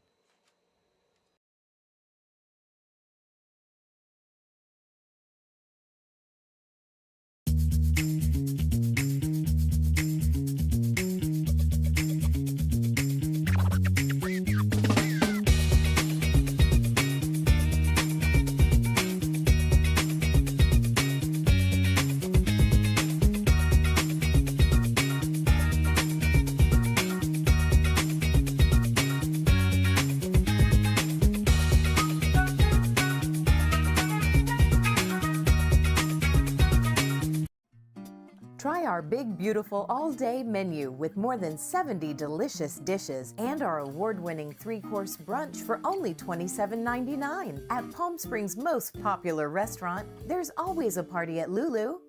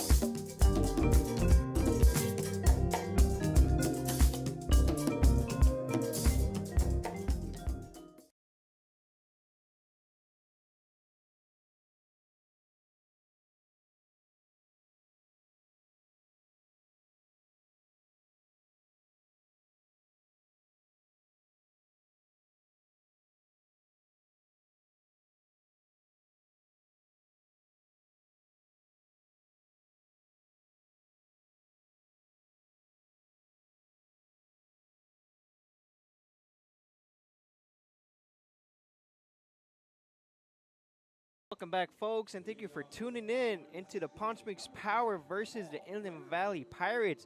We sure do have a nobody here, as ever since Kenny Keller came out to relieve Agent Moreno, the Pirates have not been able to get a runner on. Have not been able to get a hit. And when he did get someone on, he was able to work out of it back in the 5th inning with a double play.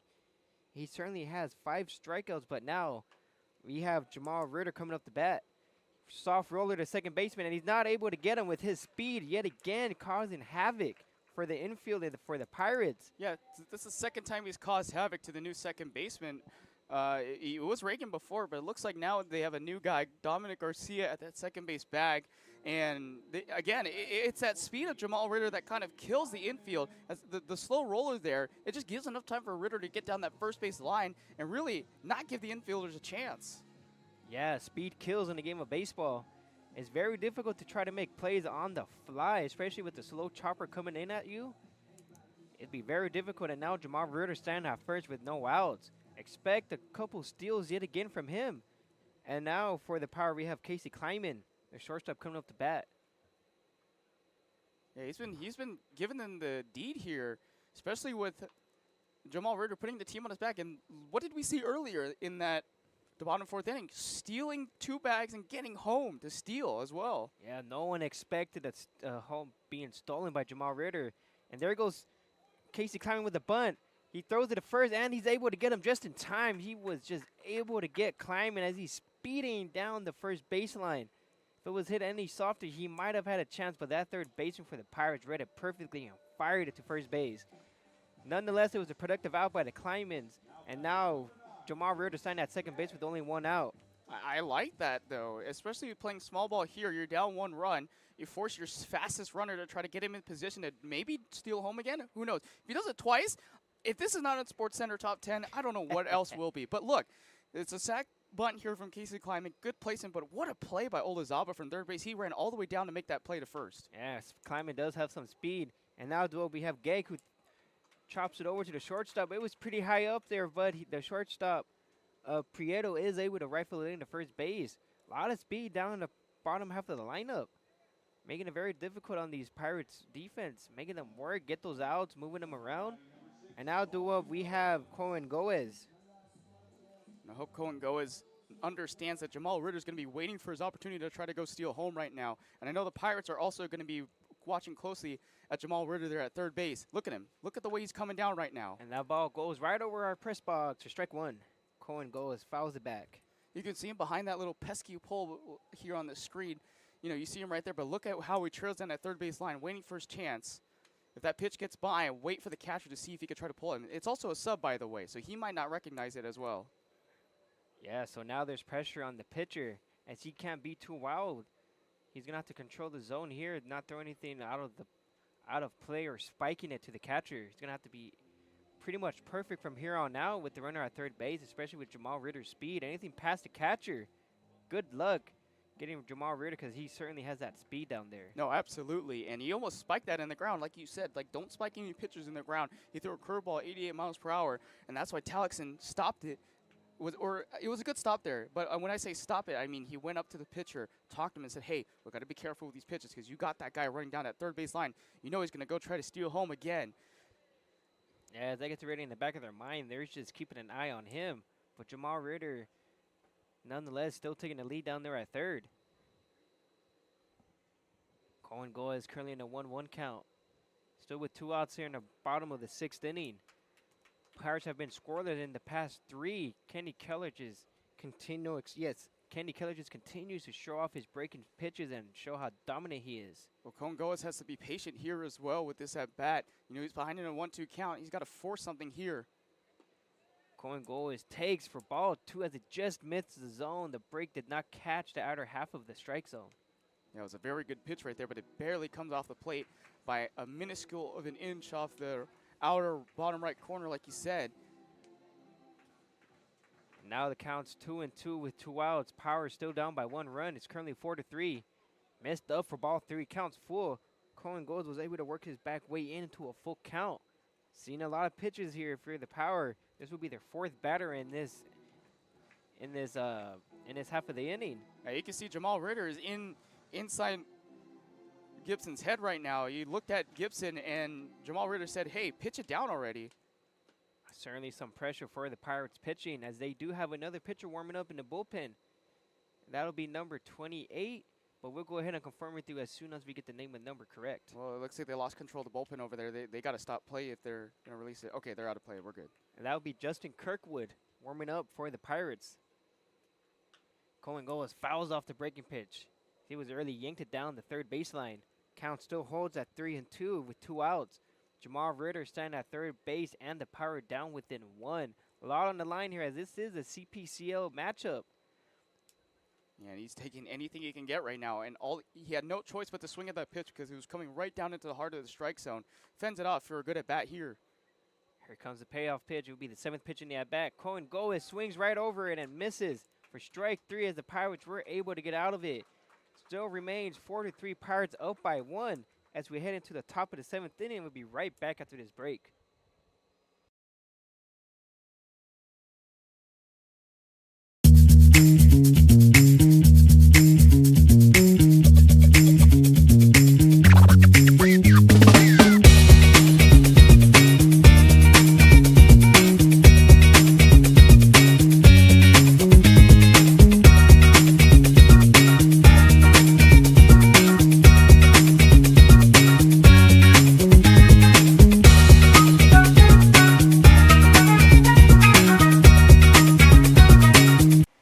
Across the Coachella Valley, you'll find our communities powered by short-term rentals. These rentals bring visitors and dollars to the region. Whether attending events, checking out the art scene, or dining at restaurants, when they spend money, we all score. The nearly $1 billion impact of short-term vacation rentals generates tax revenues that fund police, firefighters, education, and many other programs that improve our daily lives. To learn why short-term rentals are a grand slam for the home team, visit onecv.org.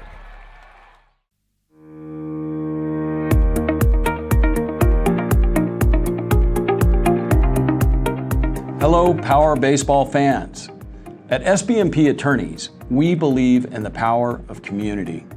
And that's why we proudly support the Palm Springs Power, our hometown baseball team. After a memorable championship season in 2024, capping off the team's 20th anniversary, we're all very excited about the 2025 Power team. SBMP Attorneys and the Palm Springs Power are 2 teams that are committed to excellence, community, and the spirit of winning. We'll see you all at the ballpark.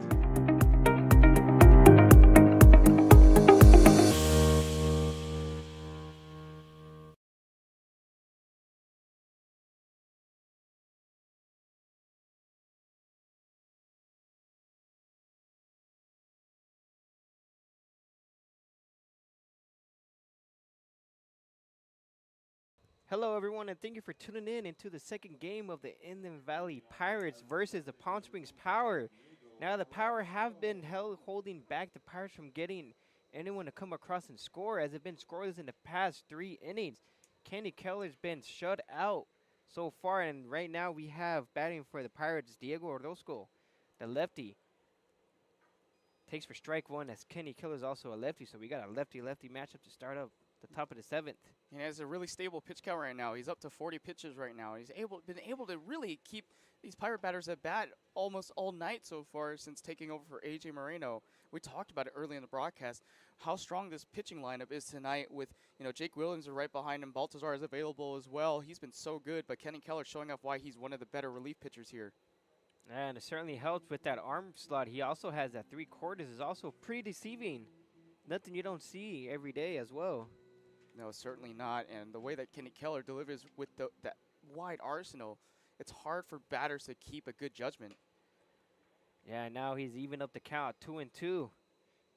Diego Orozco struck out his last time around. Keller already has 5 strikeouts. Could potentially add on to that column right there. Gets him looking for strike 3 on the outside corner. Yeah, he Bob Ross that pitch on the outside corner with the slider, and every time he's had a 2-2 count, he's either used that slider or he's either used that high pitch fastball above the strike zone. That would be the second strikeout he gets the batter looking. That breaking pitch is certainly working for him tonight. Oh, it certainly has. That's why he's been able to strike out 6 different batters for the Pirates. He's certainly holding his own. And now do up, we have Wyatt Prieto. Struck out twice in his first 2 at-bats.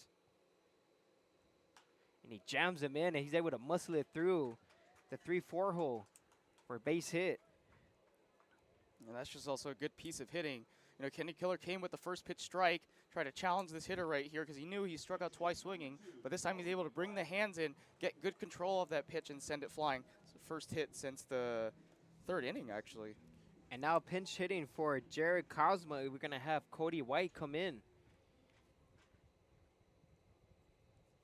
The first hit that Kenny Keller has given up since relieving.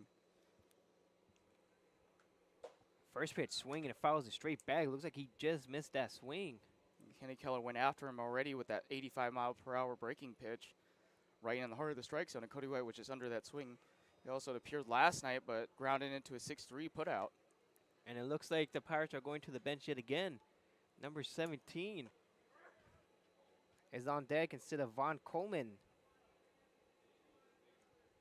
And now Cody White's in the hole 0-2. Yeah, we saw this a lot last night. A lot of subs for the Pirates since the Inland Valley organization has a lot of these, you know, regular D1 athletes playing, so they're trying to give them as much playing time as possible this summer. Here comes a pitch by Kelly, and Cody White's able to follow it off yet again. Still in the 0-2 count. Great 2-strike pitching so far. Swinging at anything close, staying alive. He's got 3 pitches to work with, and we've seen this a couple of times before. He's going to start aiming for the outside corner. If he doesn't get the pitch there, then he's going to challenge you right there with a 2-2 count. It's been a nail-biter ever since the first inning. Both teams getting each other on, and both teams been shutting each other out as well. Great defense. There's only been 1 error so far, and that was by the Pirates center fielder who just misread a pop-out, which is how Blake Connor was able to score. Now the count's 1-2 with 1 out here in the top of the 7th. Pirates are leading just by 1 now. Power were able to score 3 straight. Swing and a miss, strike 3. Collects a strikeout yet again in his inning. That'll make it 6th strikeout. No, excuse me, 7th. Yeah, he caught him up with the upstairs fastball. It wasn't high above the zone. It was right in the zone, actually. He brought it back in with that vertical break, and it was able to get him off time there. And now batting for Vaughn Coleman is going to be a pinch hitter number 17, Andrew Sanchez. Yeah, he appeared last night as well, right now in the designated hitter spot. So he's switching out for Vaughn Coleman, who has been able to reach twice tonight, but swing and a miss for strike 1. Yeah, they're just trying to change up something here right now, especially with the batters not having effectiveness against Kenny Keller so far through 4 innings. See if they can try to break through with some other batters. Yeah, they've been trying to find the magic they had early on against AJ Moreno. Just doing whatever they can to get runners on and bring them in. But now, as soon as Kenny Keller came in, he's been lights out, making him scoreless through 3 innings of work. And now he's even up to count at 1-1 to Andrew Sanchez, the pinch hitter. Pirates are still leading 4-3 though, but the Power have been itching away at tying as they continue to get runners on and put the pressure on the pitchers. Now Sanchez fouled that one off down third base. Counts currently 1-2 with 2 outs. And Kenny Keller's got a long list of great family members. His brother is a coach here at the PSCL. His father is inducted into the FSU Florida State Hall of Fame. He played at Sac Community College, Sac Community College. He played in the PSCL for 3 years. He's played for the Danville Otterbots, showing off why he's so good at baseball. Just missed off the plate. Counts 2-2. He worked it an even count. Breaking pitch just fell off the outside portion of the plate. Still with 2 outs. Pirates have been scoreless ever since Keller came in. He's been actually absolutely shoving, collecting his 7th strikeout. Missed again on the outer half of the plate. Counts even now, 3-2.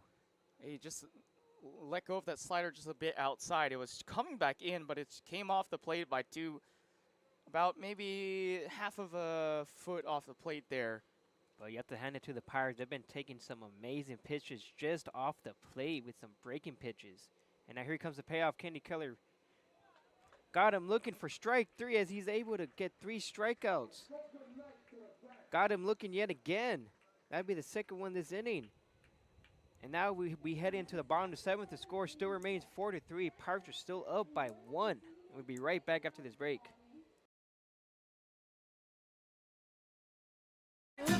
family setting. You know, we come and we get into conversation, and it's comfortable here is what I guess I'll say. It's comfortable. The hot cocoa has whipped cream and sprinkles in the whipped cream in the hot cocoa. Very family oriented. You know, they cater to the kids. They got the coloring books and crayons, and they have kid-sized stuff about almost for everything that you would want. So young and old, everybody can enjoy it. It's the best. Made from scratch memories. Elmer's.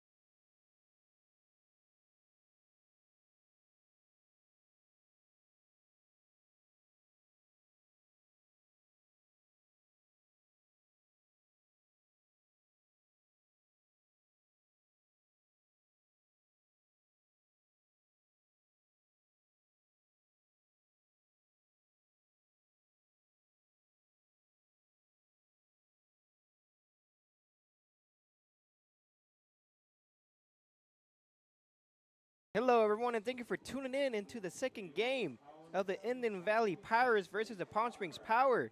Kenny Keller's been absolutely putting on the pitching clinic. He's got two batters striking out to end the inning. Back in the seventh, keeping the Pirates from remaining scoreless 4 straight. And now, we have Blake Conrad, who was able to score twice and walked back in the third inning. And now there's been a pitching change for the Pirates. Relieving Ryder Gibson is going to be Austin Kirkwood, throwing for ball 1. Yeah, and this is a situation where Blake Conrad has been twice already. For his third time tonight, he's leading off an inning, and every time he's gone on base in those 2 at-bats and scored twice. So this is almost a guaranteed run in this situation here against the new pitcher. Yeah, this game's been real exciting for those who've been tuning in. Pirates and Powers just battling it out. It's been mostly just been showing off their pitching, as both teams' pitchers have been get soft contact, rolling over on balls, although the Power only struck out twice compared to the Pirates.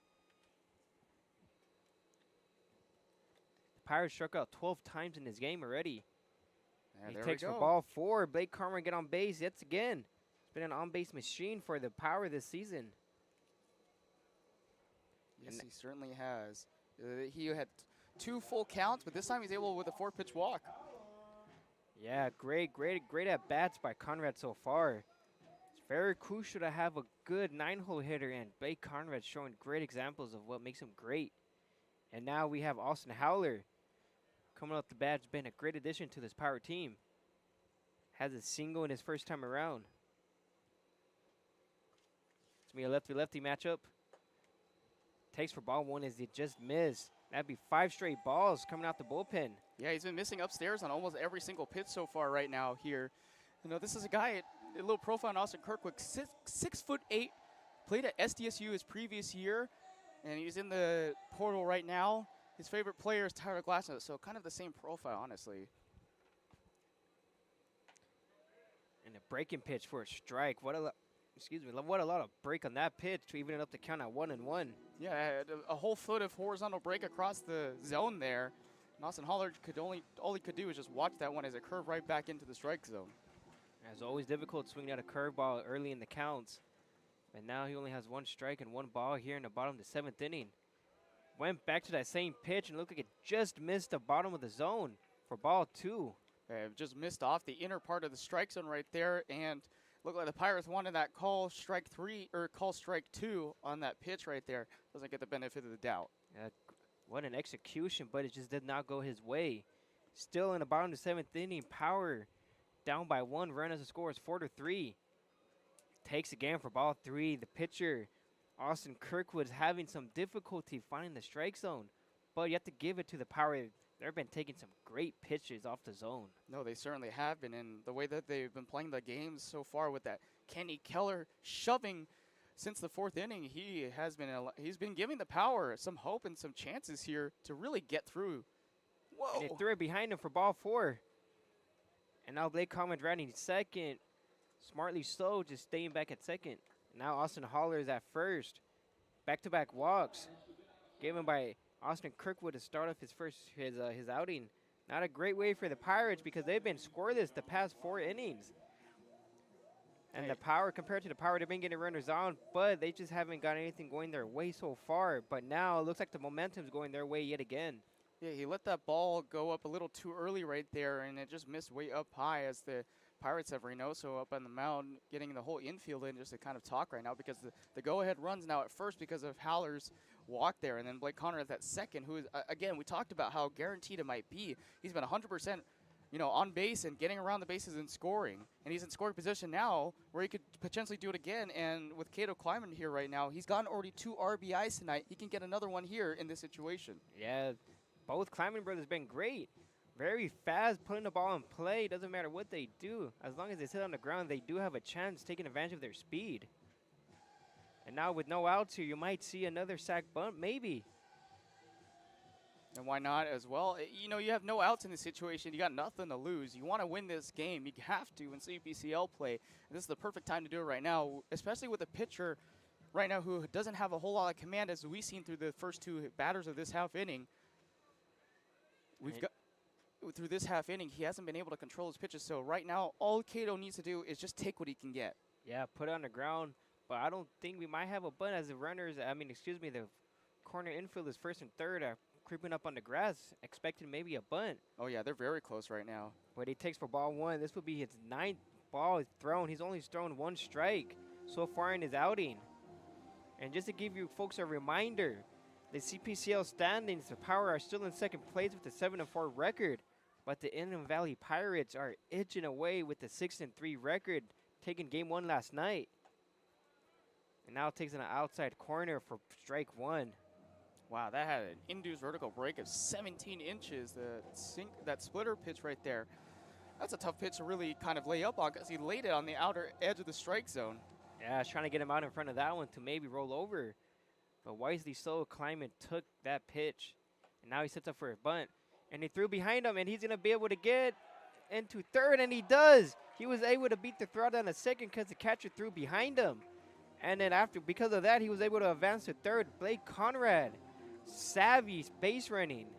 Oh, yeah, Blake Conrad, and we talked about that speed early on in the game. He was right there maybe a third of the way down that second base to third base line, and he's able to jump out in front of it and catch the pitch out right there.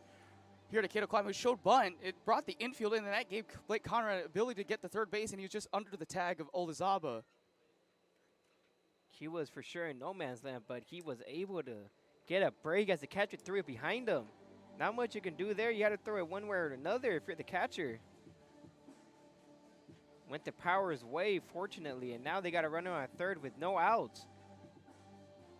I don't think the coach for the Pirates really liked that call, but it looked like Conrad's foot was just under that tag when he slid in. Yeah, just like you mentioned earlier, he's taking advantage of that speed. It looked like he just got under that tag. It was very close. Just missed off the play. Now he worked it to a full count. Yeah, that just missed outside of the strike zone as well. It was very close, very, very close to the strike zone, but just off by 2 balls. Like, good call from Brad Cloud behind the plate. And then just to give you guys a reminder, Cato Kleiman does not strike out. He's only striking out 5 times. It's very rare to see that happen in 14 games he played in. He's most likely going to put it in play. Got him looking for strike 3. Full count. What a big out by Austin Kirkwood.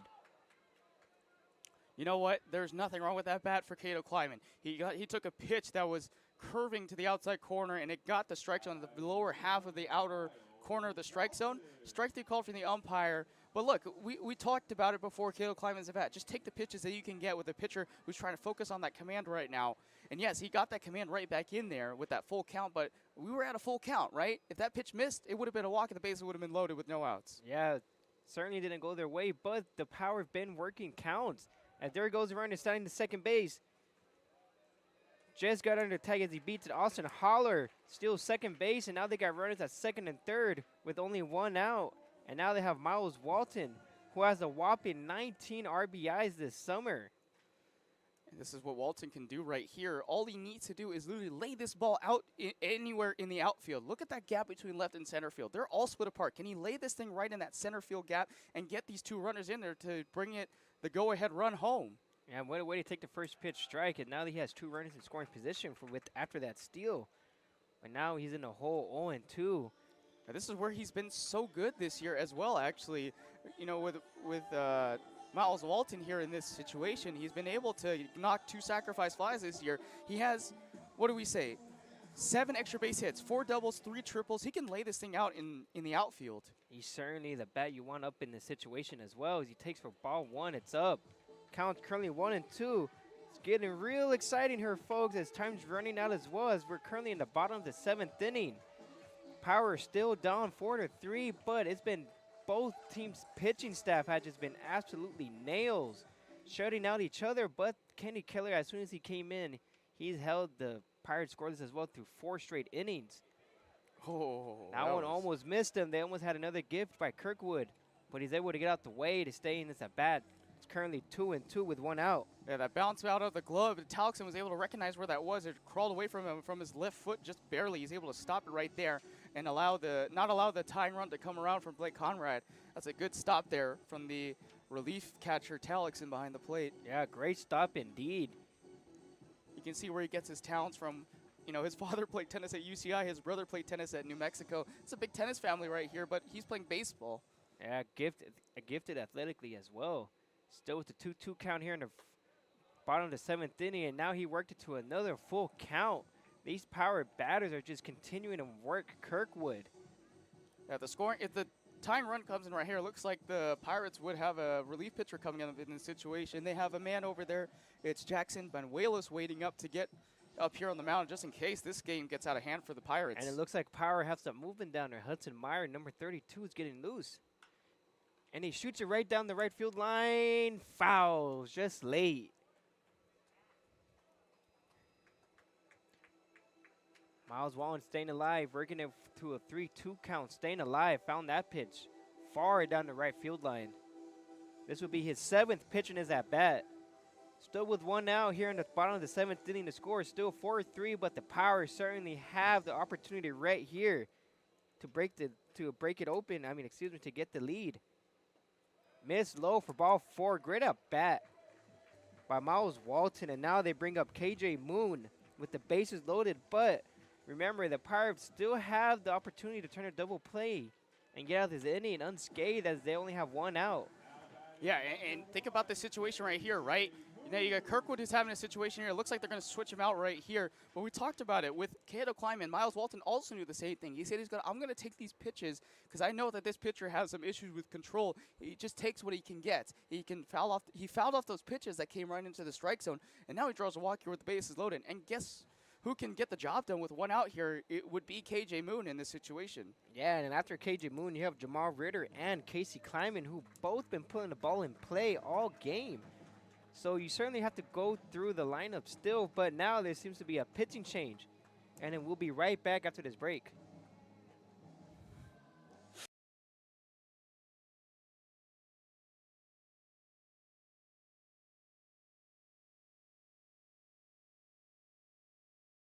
Building your business is no small undertaking, and you need the right team by your side.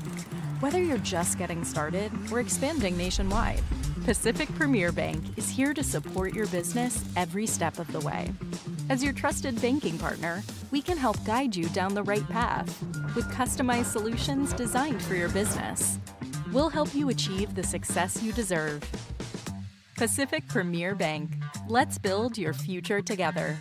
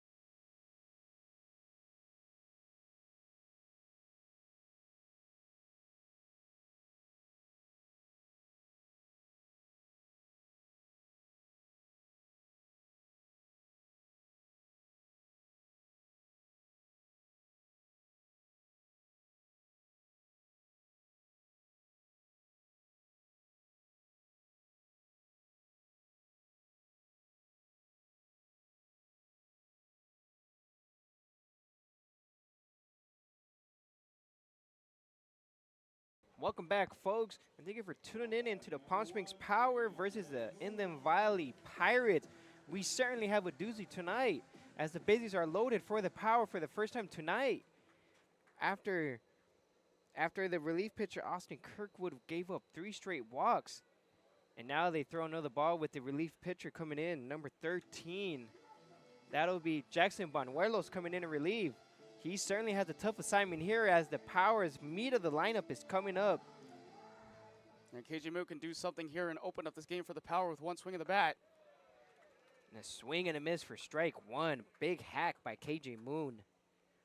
And Jackson Banuelos from Cal State Northridge is a guy who's happy when he was 10 years old when he hit a walk-off winner in Little League. He's got a chance to hold off the Power here, but he's got to get 2 batters. Swing and a big hack by KJ Moon. So at this moment, we have Miles Walton standing at first base, Austin Howler standing at second base, and Blake Conrad standing at third base. All went on with walks. But with 2 big swings from KJ Moon, he's in a hole 1-2 with 1 out here in the bottom of the 7th inning. Certainly have a nail-biter throughout this whole game. It's just been back and forth for getting runners on, and pitchers just absolutely getting out of it. KJ Moon with a swing and a miss as that ball was out the zone for strike 3. A big break for the Pirates relief pitcher. Oh, yeah, very big break here, because you know KJ Moon with one swing of the bat can open things wide up. He was just biting on almost every single pitch in that at-bat right there. That last pitch was an outside cutter, and he caught him, KJ Moon, swinging on a horizontal break pitch of 20 inches off the plate. Yeah, he was certainly swinging for the fences in that at-bat. But now Jamal Ritter, who has 2 hits, just got under that one for strike 1. He fouled it.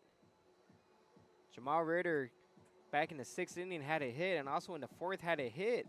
But he was able to steal home, bringing them closer, a 4-3. But can he come through right now yet again, tying the game or maybe taking the lead? It takes 1 base hit, as the Power do have some speed.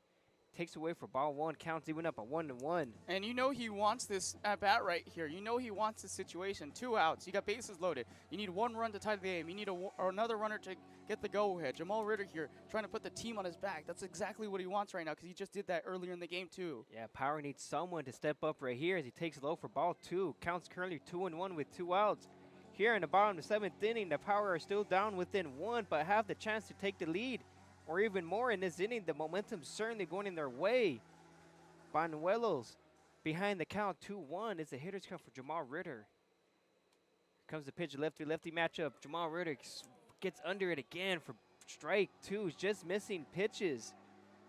He was just under that pitch. It laid up high above the strike zone. He was under the swing right there. Now with the 2-2 count here, he's got to be careful. Anything close, he's got to foul these pitches off, or just at least try to drive it. Look at the infield gap. There's 1 wide open here. And here comes the pitch. Jamal Ritter fouls it off yet again. It is getting a little wild here. Such big moments in this game for both teams. Both been coming through, but it's been the pitching that's been standing out for both as well. But now it's Banuelo's turn. He has a chance to maintain the lead. But Jamar Ritter also has a chance to take it. Fouled it off yet again. This will be his 7th pitch in his at-bat. Yeah, he barely just did it right there. He was able to foul off that pitch just with the end of the bat right there, with the pitch sinking down below the strike zone. Just taking as many as he can. We talked about this. He's got to fight for his life right here in this at-bat. Yeah, certainly exciting one tonight. And just for those who are tuning in, it is down by 1. The Power have the chance. Jamar Ritter shoots it straight up to the sky. It's a weak foul fly ball, and he's able to reel it in for the 3rd out. Big inning for the Power, but Banuelos was able to get out of it unscathed, keeping the lead at 4-3. Now we're entering the top of the 8th inning. The Pirates certainly had their chance to take it and even to pile it on, but the Pirates stay alive, and we'll be right back after this break. Jessup Auto Plaza has been proudly serving the Coachella Valley since 1938 as your trusted family-owned auto destination.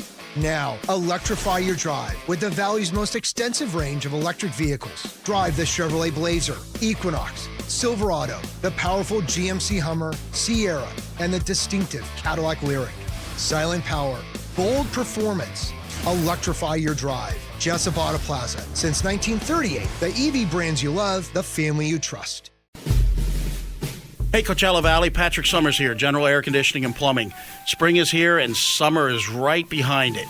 Don't get caught with a broken air conditioning system. Call us now. Let us get a tune-up done. We're offering a special for $79. It comes with a seasonal guarantee. Call our team today. Get yourself scheduled before the heat hits. Be proactive, not reactive. Go ahead and book at callthegeneral.com or call our offices and we'll get you taken care of.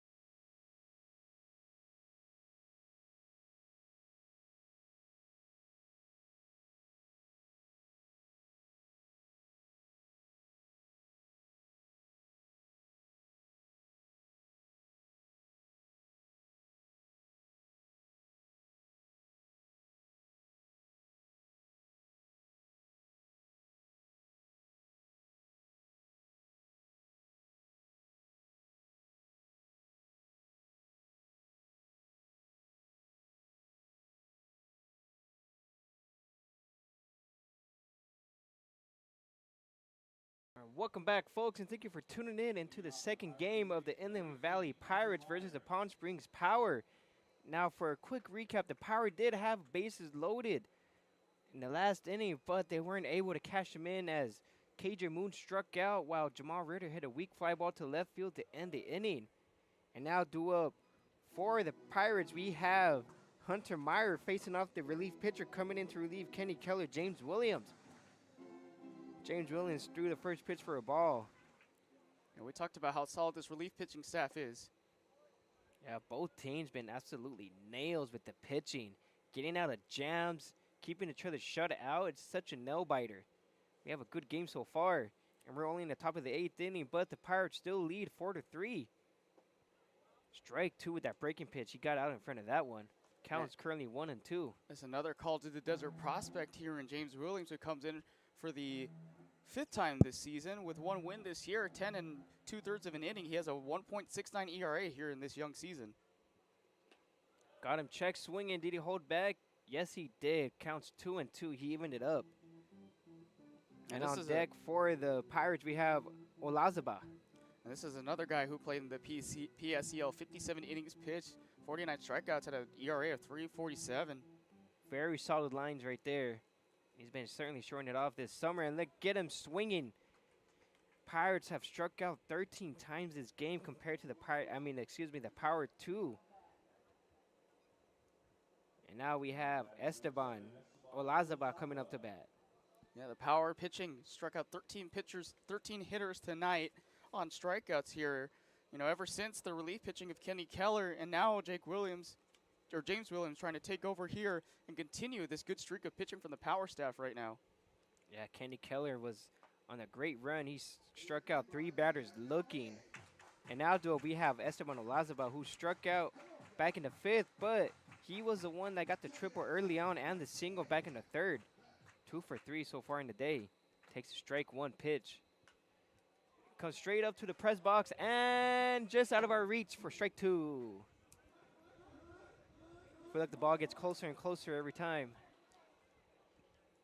But now he's in an 0-2 hole with 1 out. Pirates still lead 4-3 here in the top of the 8th inning. Time is running out for the Power, but the Power have been putting extreme pressure on these Pirates pitching staff. They just find ways to get out of it.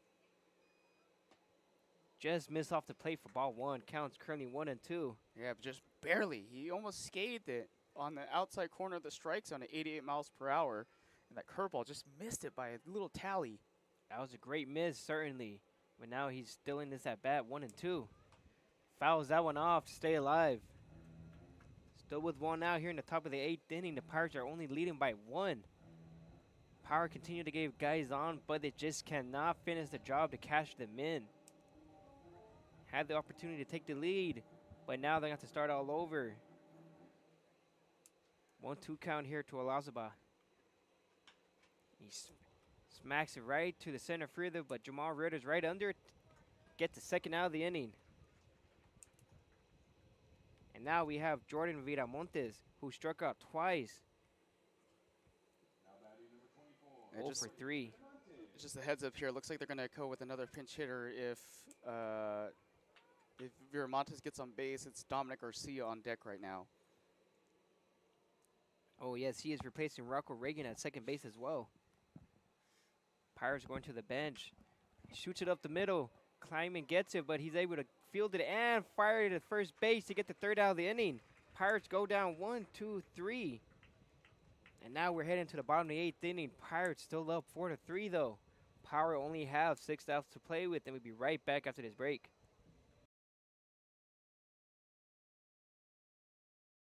For 20 years, our family's mission has been simple. It all starts at Stuffed, where exceptional service meets bold flavors. Every crust, a masterpiece. Cocktails crafted to perfection in an atmosphere that brings family and friends together. Stuffed pizza, dine-in or takeout. Savor and enjoy at our 2 locations. Quality, service, family legacy, it all starts at Stuffed. Whenever you find yourself hungry for something real, simple, and true, we're here for you. That's what a hamburger's all about. Monster Shakes, the best ice cream creations in the desert and only place in the world that serves all 10 flavors of Dole Soft Serve. The winner of the best soft serve and smoothies, home to the world's best date shake and other fun creations like ice cream nachos and the cotton candy burrito. For a limited time, come in and try your luck. Any soft serve that weighs exactly 16 ounces is free. Monster Shakes in Palm Springs and Cathedral City facing the Mary Pickford. Franchise opportunities available too. Monster Shakes, a delicious mess.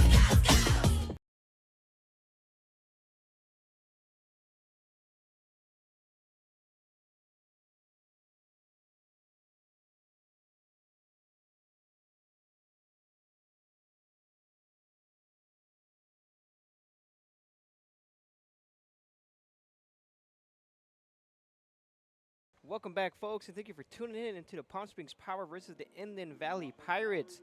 Now, the Power last inning had the chance to take the lead and potentially put on more runs, but they weren't able to finish the job with the bases loaded.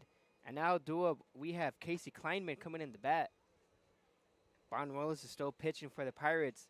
They've been keeping the Power on their toes by keeping them shut out back-to-back innings, but the Power themselves have also had the Pirates remain scoreless as well through 4 straight innings. The big swing and a miss for strike one. Certainly seen a couple of those so far by the Pirates. By the Power offense. Count's even up on 1-1. And again, we're looking for that one guy to pull through, bring something on base here. Takes up for ball two. The count's currently 2-1 here in the bottom of the 8th inning.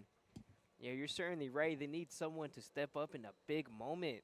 They're just falling short every time as well, especially back in the 7th inning. The bases loaded and had one out. And now Climbing fouled it off down the first baseline. Count's currently 2-2. Power still down by 1 run here in the bottom of the 8th inning. Banuelos comes in, the lefty fires it, and it just missed hitting Kleiman. He spiked it for ball 3. Now the count's full. Seen a lot of full counts this game as well. Yeah, we have seen a lot of full counts and a lot of good chances for the Power to get on base. They had 3 guys on base last with the bases loaded. Just weren't able to turn it in or cash it in for the tying run. Casey Kleiman hits it up the middle, just out of the reach of the shortstop for a leadoff single. Great way to start off the inning. They just continue to get runners on, but now this is their opportunity to finally tie it or hopefully take the lead. They've been flirting with that so far all game. Yeah, and this is another shot here for the Power. We've seen this multiple different times where the Power lead off with a single, get a man on base at first, and now, you know, with Casey Kleiman at first base with that good single up the middle, with a good AB, now he can get around the bases. And now pinch hitting for Grayson Gegg is going to be Isaac Rodriguez, number 16. It's going to be a lefty-righty matchup as Rodriguez sets up for a bunt. It drops. Casey Kleiman advances to second, and they get the runner out at first base. Successful sacrifice bunt. Great execution to move the runner to second base. Rodriguez doing a great job doing his job. That's all he needed to do in that situation. Try to put it down right in front of the catcher. Give enough time for Casey to go to second base. You know that play was designed right there. And all they need to do is really drive this thing in here. They just need that tying run, which is now in scoring position. And now we have Dalton Thomas batting for Cohen Goes. Another batter in this Power roster that just continues to grind out at bats. Now it's going to be a righty-lefty matchup as Thompson is a righty. Takes for strike one in the outside portion of the plate.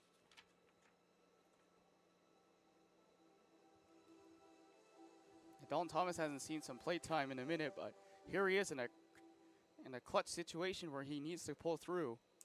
Yeah, anyone that comes in at this point now is going to have a big at-bat. Dalton Thomas swing and a miss for strike 2. Look, and again with these pitchers who have been missing these pitches so far, you just saw Casey Kleiman walk through with a full count, and we talked about it early in the last half inning. Just taking what the other pitchers are going to give you. Hopefully, Dalton Thomas can try to get back into the count. Spikes it for ball 1. Counts currently 1-2 here in the bottom of the 8th inning. Power have the chance to tie it. Now with the help of the sac bunt by Isaac Rodriguez to move over Casey Kleiman to second base. Now Kleiman certainly has the speed for anything that's hit soft. He'll be able to score, but they'll need to put the ball in play first as they've been having a lot of swings and misses. Kleiman fake steals third base to maybe get the catcher to pop up, but now the count's even up at 2-2. Great take and great at bat so far for Dalton Thomas coming off the bench. Yeah, and now Dalton Thomas sees these pitches breaking on the outer edges of the strike zone. He sees he's taking those pitches, what he can get here from Banuelos. Comes the pitch by Banuelos, misses in. Dalton Thomas had to scoot out the way. Now the count's full. He was down 0-2 and now worked his way back up to yet another full count. That'll be the second one in this inning. Power hitting continues to find their momentum. They've been fighting for it. And now there's a chance to pile it on. Dalton Thomas struck out swinging, but the catcher dropped the ball. He bobbled it. He's not able to recover it. What a break for the Power. Pirates catcher Connor Talixson has been doing a great job blocking everything in the dirt, but he could not get the ball as he was bobbling it. What Yeah. a break for the Power. That's- Now they got runners at first and second. Yeah, that's not what you want here in this situation. Now you get the go-ahead run at first base, and Dalton Thomas, he took the pitches that he could get, but he was able to, he struck out there obviously on the swing, but the ball just dropped out of Talixon, and he just couldn't pick it up. He tried 3 times, and the butter on his fingers just wouldn't allow him to pick up that ball and throw it to first. Yeah, that was still counted as a strikeout, but it was a passed ball, which was a gift to the Power. And now they got runners at first and second, still with 1 out. Talk about Christmas in June. Foul shoots it down the right field line just late. Just outside the line for a foul. That would have certainly done some damage going down the line. Yeah, Blake Conrad almost had the chance to score for the 3rd time tonight after getting on base with a walk and a stolen base earlier in the last half inning. And every time he's been on board, he's been allowed to get a run for the Power on board. And now he has a chance to do it himself and drive in a run of his own for the game-time run. It's been a wild ride so far. Blake Thomas hits it right to the shortstop. It was going to be a double play to end the inning. Pirates survive yet again with the Power flirting with tying the game or at least trying to get the lead. They just continue to hit the ball, but it's hit red defender. That's the 6-4-3 to end the threat. And now we're heading to the top of the 9th. The Pirates just hanging on to the 1-run lead. We'll be right back after this break.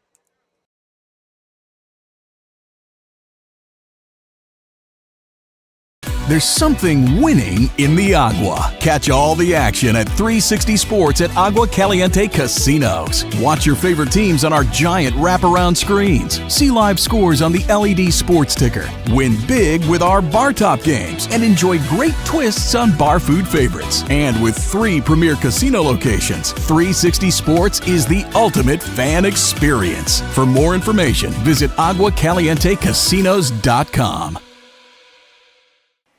Across the Coachella Valley, you'll find our communities powered by short-term rentals. These rentals bring visitors and dollars to the region. Whether attending events, checking out the art scene, or dining at restaurants, when they spend money, we all score.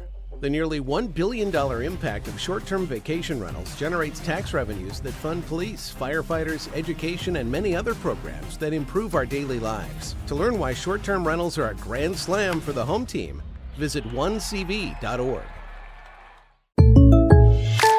Shopping for car insurance is confusing. Holy cow. Great. Now we have a cow in our kitchen. Why did you say that? Because I don't know what coverage to choose. So just say the State Farm jingle. A State Farm agent can go over all your options with you and help choose coverage that meets your needs. Dude, cow, could you move? Like a good neighbor, State Farm is there.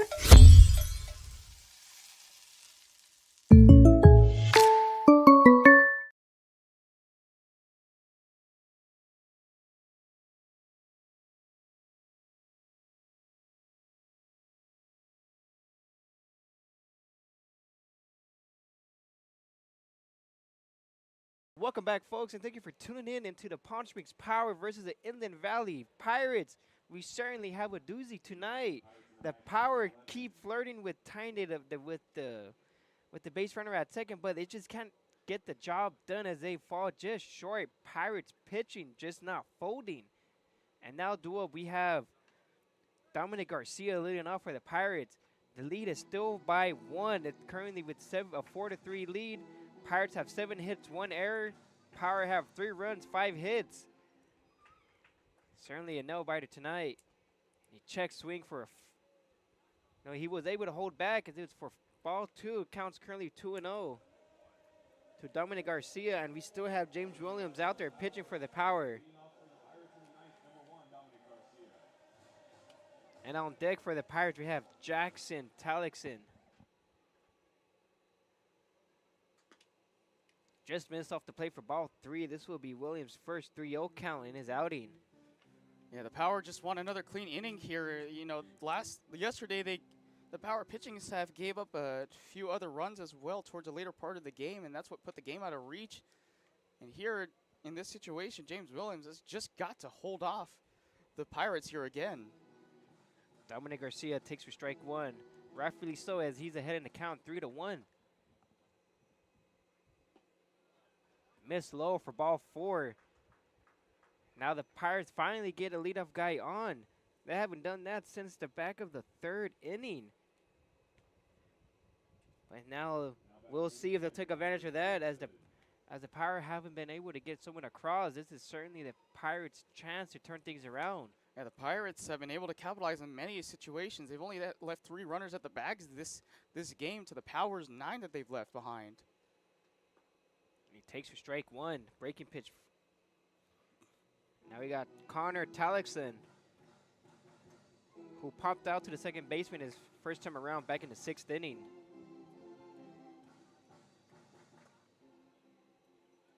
This is the Pirates' chance to tack on the lead. And on deck, we have Diego Orozco in the on deck circle. And he shoots it right up the middle in front of Jamal Ritter.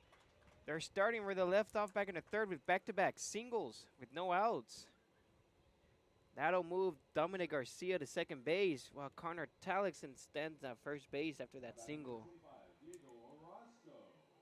And now we have Dylan Orozco, who struck out his first time around. No, excuse me, his last time around back in the 7th. Well, not back-to-back singles, but back-to-back players reaching on base here, and just the way that ball was hit, another like soft contact hit that we've seen that so many times from the Pirates. And the Pirates just seem to barrel the pitches up. And now that's hit right to Kleiman, who touches 3rd. Fires it to first base, but is not in time as the ball was just offline. For great recovery by Howler to just snag the ball, as Kleiman was able to get the lead runner. Yeah, he tried to pull a double play there. He knew he didn't have a whole lot of time as he just chucked it down the way. But it's also a good play from Austin Howler to just keep that ball right in front of him, even though he had to come off the bag. Don't want to force an error here to score another run here. And also good job from Caleb Kleiman just to get the lead runner there. Yeah, that's all you can ask for if you're the defense, is get an out where you can get it. And most importantly, get the lead runner out, as he's able to attack 3rd. And now we have Wyatt Prieto, who singled his last time around. Swing and a miss for strike 1. No, excuse me. Fouled it off. Still with 1 out, the Pirates do have the chance to turn a double play yet again with runners at 1st and 2nd. We have Diego Orozco standing at 1st. And Connor Talixon standing at 2nd base. Dominic Garcia was out heading to 3rd base with the force out. 0-1 count here in the top of the 9th inning. Pirates leading by 1 run. Pirates were doing their best to fight back and at least tie it up, but they've been falling just short. Pirates have 4 runs, 8 hits, 1 error. And he shoots it into the gap, and is he going to catch it? No, it falls right in front of him. So now the Pirates have bases loaded with 1 out. James Williams going to have a tough assignment here trying to get out of it with bases loaded, and the Pirates do have someone warming up. Number 33. Yeah, Baltazar warming up in the bullpen there. He's another stable pitcher here, and just in case this game goes to extra innings, they're probably going to use him right there. Also defensively, Thomas is at 2nd base, and right field, I think it's... Is it Isaac Rodriguez? Yeah, it should be Isaac Rodriguez over there. Straight switch? Yeah, straight switch. A lot of soft contact here by the Pirates all game. That's been their story. Soft contact, just falling in front of the defenders or just muscling it over the infield. Yeah, that's literally what they've been doing all night. And that last hit was 65 exit velocity off the bat, and it just floated up in the air. And both the defenders, both times off those soft contact hits, have pulled up on the ball. You'd like to see them at least reach out and try to make a diving play. Got ahead of that one, strike 1. Yeah, the only extra base hit they got was back in the 1st inning. Esteban Olosban, but other than that, this has been soft contact. They're just muscling it over the infield. When they're doing their job as batters, just putting the ball in play. And now we have Cody White, who came in the 7th inning. Strike 1 on him. Takes outside the plate in the dirt for ball 1. You see the corners and the infield are also trailing inside in the infield grass because they're waiting for a ball to drop down in the ground here so they can make a play at home. And here's another good thing. Even though there's 1 out, you still can force a double play to end the inning and not allow another run. You're certainly right. They could tag any bag. There he goes, swing and a miss for strike 2. Is a 1-2 count for James Williams. Cody White swung and missed on that one. Look, these are aggressive bats right now from the Pirates. And for James Williams, we talked about it, and we saw this with Kenny Keller, just pitch around these batters and try to get them to swing and miss on the outside pitches. Don't leave anything right down the middle because they've been doing that all night with the soft contact hits. Comes the payoff pitch, and he smacks it to the right field. Isaac Rodriguez is under it. Looks like he's going to tag out. There's going to be a play at the plate. He rifles it in home. And is he going to get him? And he just dropped the ball as he tagged him. Umpire says he's safe. Blake Conrad tagged him and fell as soon as he tagged him, and the ball fell out of his glove, trying to make his argument, saying that he was already got the tag down by the time he fell. Had the double play to end the inning, the big play, but now the inning continues for the Pirates with the sac fly. Blake Conrad still making his case on that. It was certainly, he had him. Strong throw by Rodriguez. Yeah, that was such a spectacular throw from Isaac Rodriguez. Able to make the catch, full body, double take, throw down to the plate. It was a good tag from Blake Conrad, but because of the force from the runner, it pops out of his glove just barely, but I would still call that an out because he had the ball in his hand after he contacted the runner, and it popped out like 2 seconds after. I don't agree with that call whatsoever. It was certainly a judgment call on that one, and it went towards the Pirates' way. What a break for the Pirates. And now they got runners at first and second for Andrew Sanchez in the 0-2 count. Look, if this game continues to just go the way it is, you can either call this on the umpire here with that close call, bang, bang play. It was give credit to Isaac Rodriguez defensively, just getting that out, being able to bring it back home, and then Blake Conrad with a really good play at home. Great play indeed, and Blake Conrad was able to keep it in front of him to get the third out. But nonetheless, the Pirates were able to tack on with the very, very close play at the plate. And we'll be right back after this break. The Pirates currently lead 5-3, heading to the bottom of the ninth.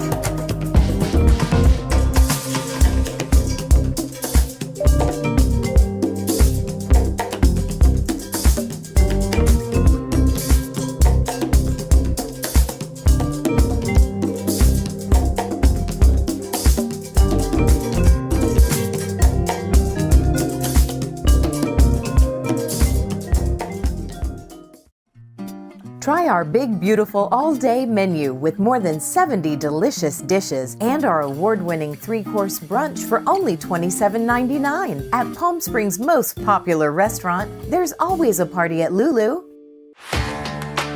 Whether you're building, landscaping, renovating, refreshing. Welcome back, folks, and thank you for tuning in into the Palm Springs Power versus the Inland Valley Pirates. We certainly have a game tonight, as the Power had the inning-ending double play, but the umpire called him save as the ball fell out Blake Conrad's glove, in which was able to bring in the Pirates another run, making it 5-3 here in the bottom of the ninth inning. Austin Haller here leading it off for the Power, takes for strike one. Very close play indeed.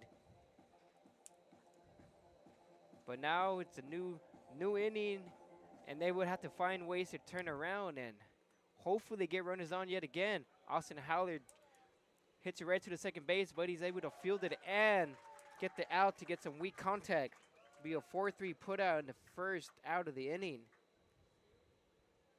And now we have Cato Kleiman, who struck out his last time around.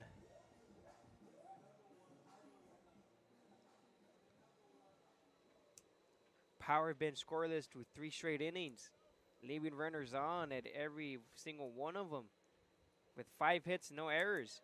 Now he takes for strike one. Yeah, they've missed a lot of opportunities tonight. They've left 9 runners in total on the bases tonight for the Power. They've almost had a runner every single inning minus the third. They just haven't been able to capitalize on those runs. Very big moments, and he hits him. So now they got to run around yet again. Looks like he get him on the hand or the wrist, but hopefully everything's okay with him as he's able to shake it off. And now they got to run around first with 1 out. This is their chance. This is it for them as they only have 2 outs to play with. So now we have Miles Walton coming up to bat, who walked his last time around, working a full count. They still have Banuelos up there on the mound for the Pirates, and they have no one warming up, so this is going to be his inning. And they've also got Tyler Nelson on deck instead of KJ Moon now. Big inning the Power must have as he takes for strike one in the inside part of the corner of the plate. Pirates leading by 2 runs with the score of 5-3 as they were able to get 1 more run. But now they have to face the meat part of the Power lineup. Shoots it up the middle, and it's going to drop for a base hit. They got runners on first and second with 1 out. That moves Cato climbing over to second base. Miles Walton remains at first base with a single. And it looks like we got a pinch hitter, number 18, coming in for Miles Walton. And that'll be Tyler Nelson coming up in a big moment.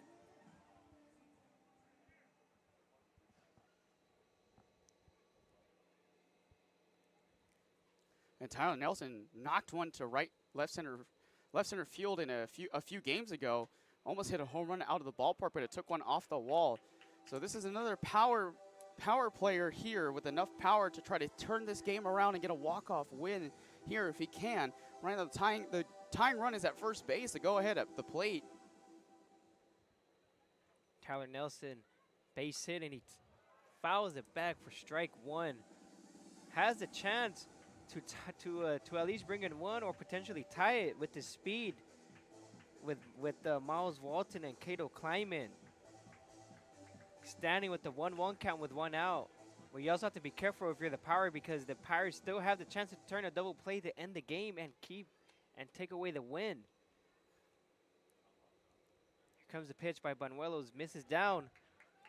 Power do not advance as the ball stays in front of Talix, and rightfully so. You don't want to risk getting an out here as you need both runners to come in to score to at least tie it. Yeah, it's a good stop by Talix to not allow the runners to move over into scoring position. Right now, Tyler Nelson, either his job is to get those runners into scoring position here in this situation, or at least drive in the tying run here. He's got enough power to do it. Comes the pitch from Banuelos. Nelson swung right through it for strike 2 with the high fastball. Counts 2-2 with 1 out here in the bottom of the 9th inning. Power down by 2 runs, but they do have 2 runners on, so anything hit in the gap will most certainly tie it with Miles Walton standing at first and the speedy Cato Kleiman standing at second base. And he fouls it back to stay alive. Count still stays at 2-2. This will be his 6th pitch in his at-bat. Power been certainly having long at-bats ever since the 8th inning. No, excuse me, it's ever since the 7th inning they've been working their way back into full counts with just fouling pitches off with 2 strikes. Great 2-strike pitching by the Power lately.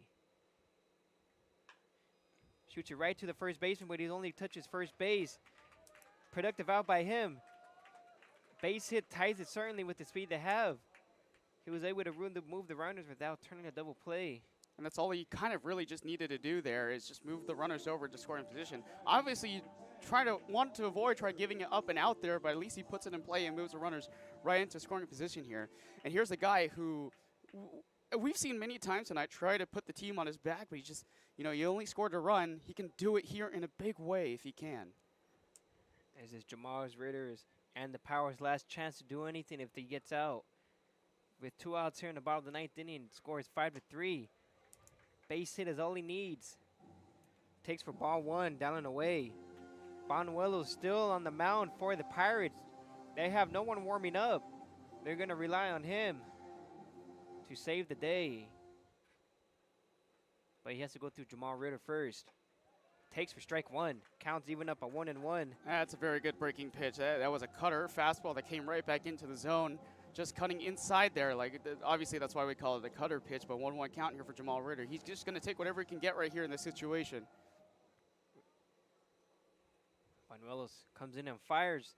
Misses low for ball 2. We have Miles Wallenstein at second base. Cato Clemenstein at third base after Tyler Nelson hit a slow chopper to first base to move the runners. Great productive at bat. Now he puts the power in scoring position with 2 runners on, down by 2. Score is currently 5-3 here in the bottom of the 9th inning. This is their last chance. Takes up for ball 3. Counts 3-1 now. Jamal Ritter is working this pitcher, and on deck we have Casey Kleinman. This is a good situation here. Take whatever you can get. We talked about this with Jamal Ritter. If you can get on board here with bases loaded, you give a chance to Casey Kleinman to get this in. Just missed for ball 4. The power loaded the bases yet again. They cannot sleep on this situation as they've been not able to bring in runners. Past 3 innings they've been scoreless, although they've been working counts, taking great at bats, but they have not finished the job. But now they have the chance to erase all that with Casey Kleinman coming up to bat. Had a single his last time around. We've also got Keaton Nato available if Casey Kleinman can get on base here. Go with the breaking pitch outside the plate for strike 1. Yeah, I think he's just going to sit on a pitch right here that's going to go down the middle of the strike zone. Obviously, he just wanted to see if that one was going to come out, but it came right back in with that curveball pitch on the outer half of the strike zone. So now we got Cato Clement at third, Miles Walton at second. Well, that Jamal almost hit him. Ritterstein at first, and that one was just nearly missing. Casey Kleinman counts even up at 1-1. Big at bat for anyone who continues to come in. Still with 2 outs, power down by 2, 5-3. This is their chance to tie it or maybe take the lead with the ball hitting the gap. Missed away for ball 2, counts 2-1. Casey Kleinman is certainly in the hitter's count now. Can't choose to be aggressive because Banuelos does not want to be down 3-1. Has nowhere to put Kleinman as the bases are juiced. Down by 2 in the bottom of the 9th inning. Missed away for ball 3. It looks like the pressure's getting to him now. Again, he's just waiting for a pitch to come right down the middle here. He's just taking whatever he can get that's right in the middle of the strike zone. Everything else has been outside. In the 3-1 count, you get to drive in another run here and give your team another chance to try to take the lead or take the tie game or get the walk-off. Banuelos walks him again. The power are within 1 now with 2 outs. Back-to-back walks given up by the Pirates pitcher Banuelos. And they still don't have anyone warmed up. Now there's going to be a mound visit maybe to calm him down a bit. He walks in a run. Bases are still loaded. Score is 5-4. Cato Kleinman comes in to score, and that moves everyone up. So that means Miles Walton moves over to third base. Jamal Ritter moves over to second. And Casey Kleinman standing at first base. And now this is work because the situation from the last half inning was because of that. The game could have been over with that play at home plate from Isaac Rodriguez in the outfield all the way to Conrad behind the plate. And right, the umpire gave them the call, the benefit of the doubt with the ball popping out of the glove. We'll see if that run comes to bite them in the back here in this situation because now they would have tied the game if that run had been out back in the last half inning. But here in this situation, now you're down even more. You have to fight with grit here and be able to put this thing forward. Get out of all the circumstances that you see. You've had so many missed opportunities today. They did. Now you have to kind of come through, forget everything behind you. This is a new inning and a new game right here. Just as you mentioned, 9 runners left on base. Certainly not something you hear about the Power. But now they have the opportunity to take the lead here with bases loaded, 2 outs. Down by 1 now as Isaac Rodriguez comes in the bat, takes for strike 1.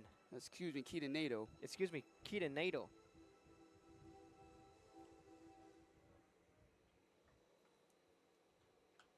Fouls it back, strike 2 as it looks like he just missed that pitch. Yeah, he did. He's the outside corner. All he can do is fight that pitch off right here.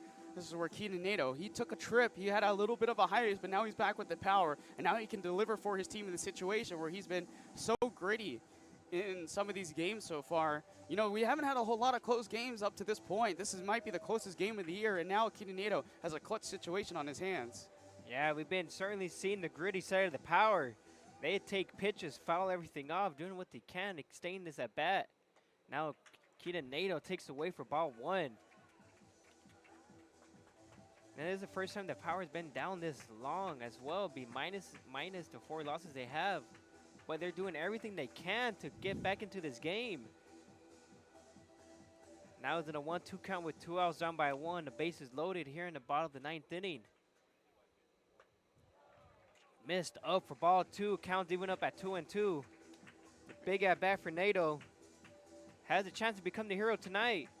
Just taking anything you can get right here. 2-2 count right here. Expect a fastball right down the middle. Challenge you right here. Big pitch for Banuelos. Here it comes. Nato struck out and missed. The Power left 12 runners on base this entire game. They had the chance to take the lead multiple times throughout the game, but they fell short tonight. Pirates pitching was just absolutely shut out, keeping the Power from having any potential rallies, that they were only able to score 1 run in each game. But you also have to give it up to the Power as well. They've been having the Pirates offense on the ropes as well. Kenny Keller came in and shoved.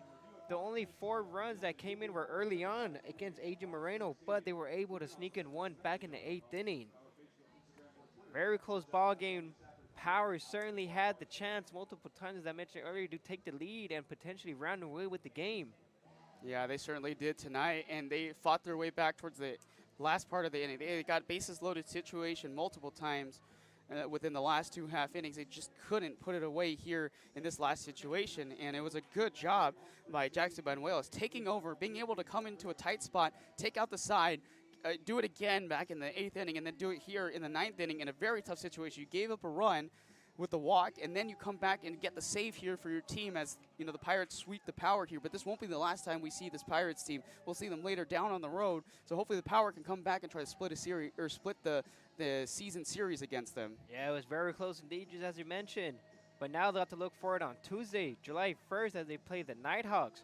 And it'll be active lifestyle night, so they'll have the opportunity to turn things around. But now the CPCL standings are getting closer and closer each game, as the Pirates were able to take 2 here in Palm Springs. So we'll see you on Tuesday, and after that, they play the Bombers on Wednesday. No, excuse me. On Friday, it will be, Tuesday, July 1st, Nighthawks. And on Wednesday, July 2nd, will be the San Diego United. So, folks, we'll go ahead and see you Tuesday night at 7 p.m. here at the Palm Springs Power. Power lose a nail-biter 5-4. Yeah, and don't forget about July 4th, next Friday. We got a big one there. We got the July 4th Spectacular. Yeah, that certainly is going to be a fun one. The PSCL All-Stars will take on the Power.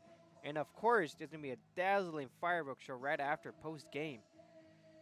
I hope you guys had a good night, and we'll see you Tuesday at 7 p.m.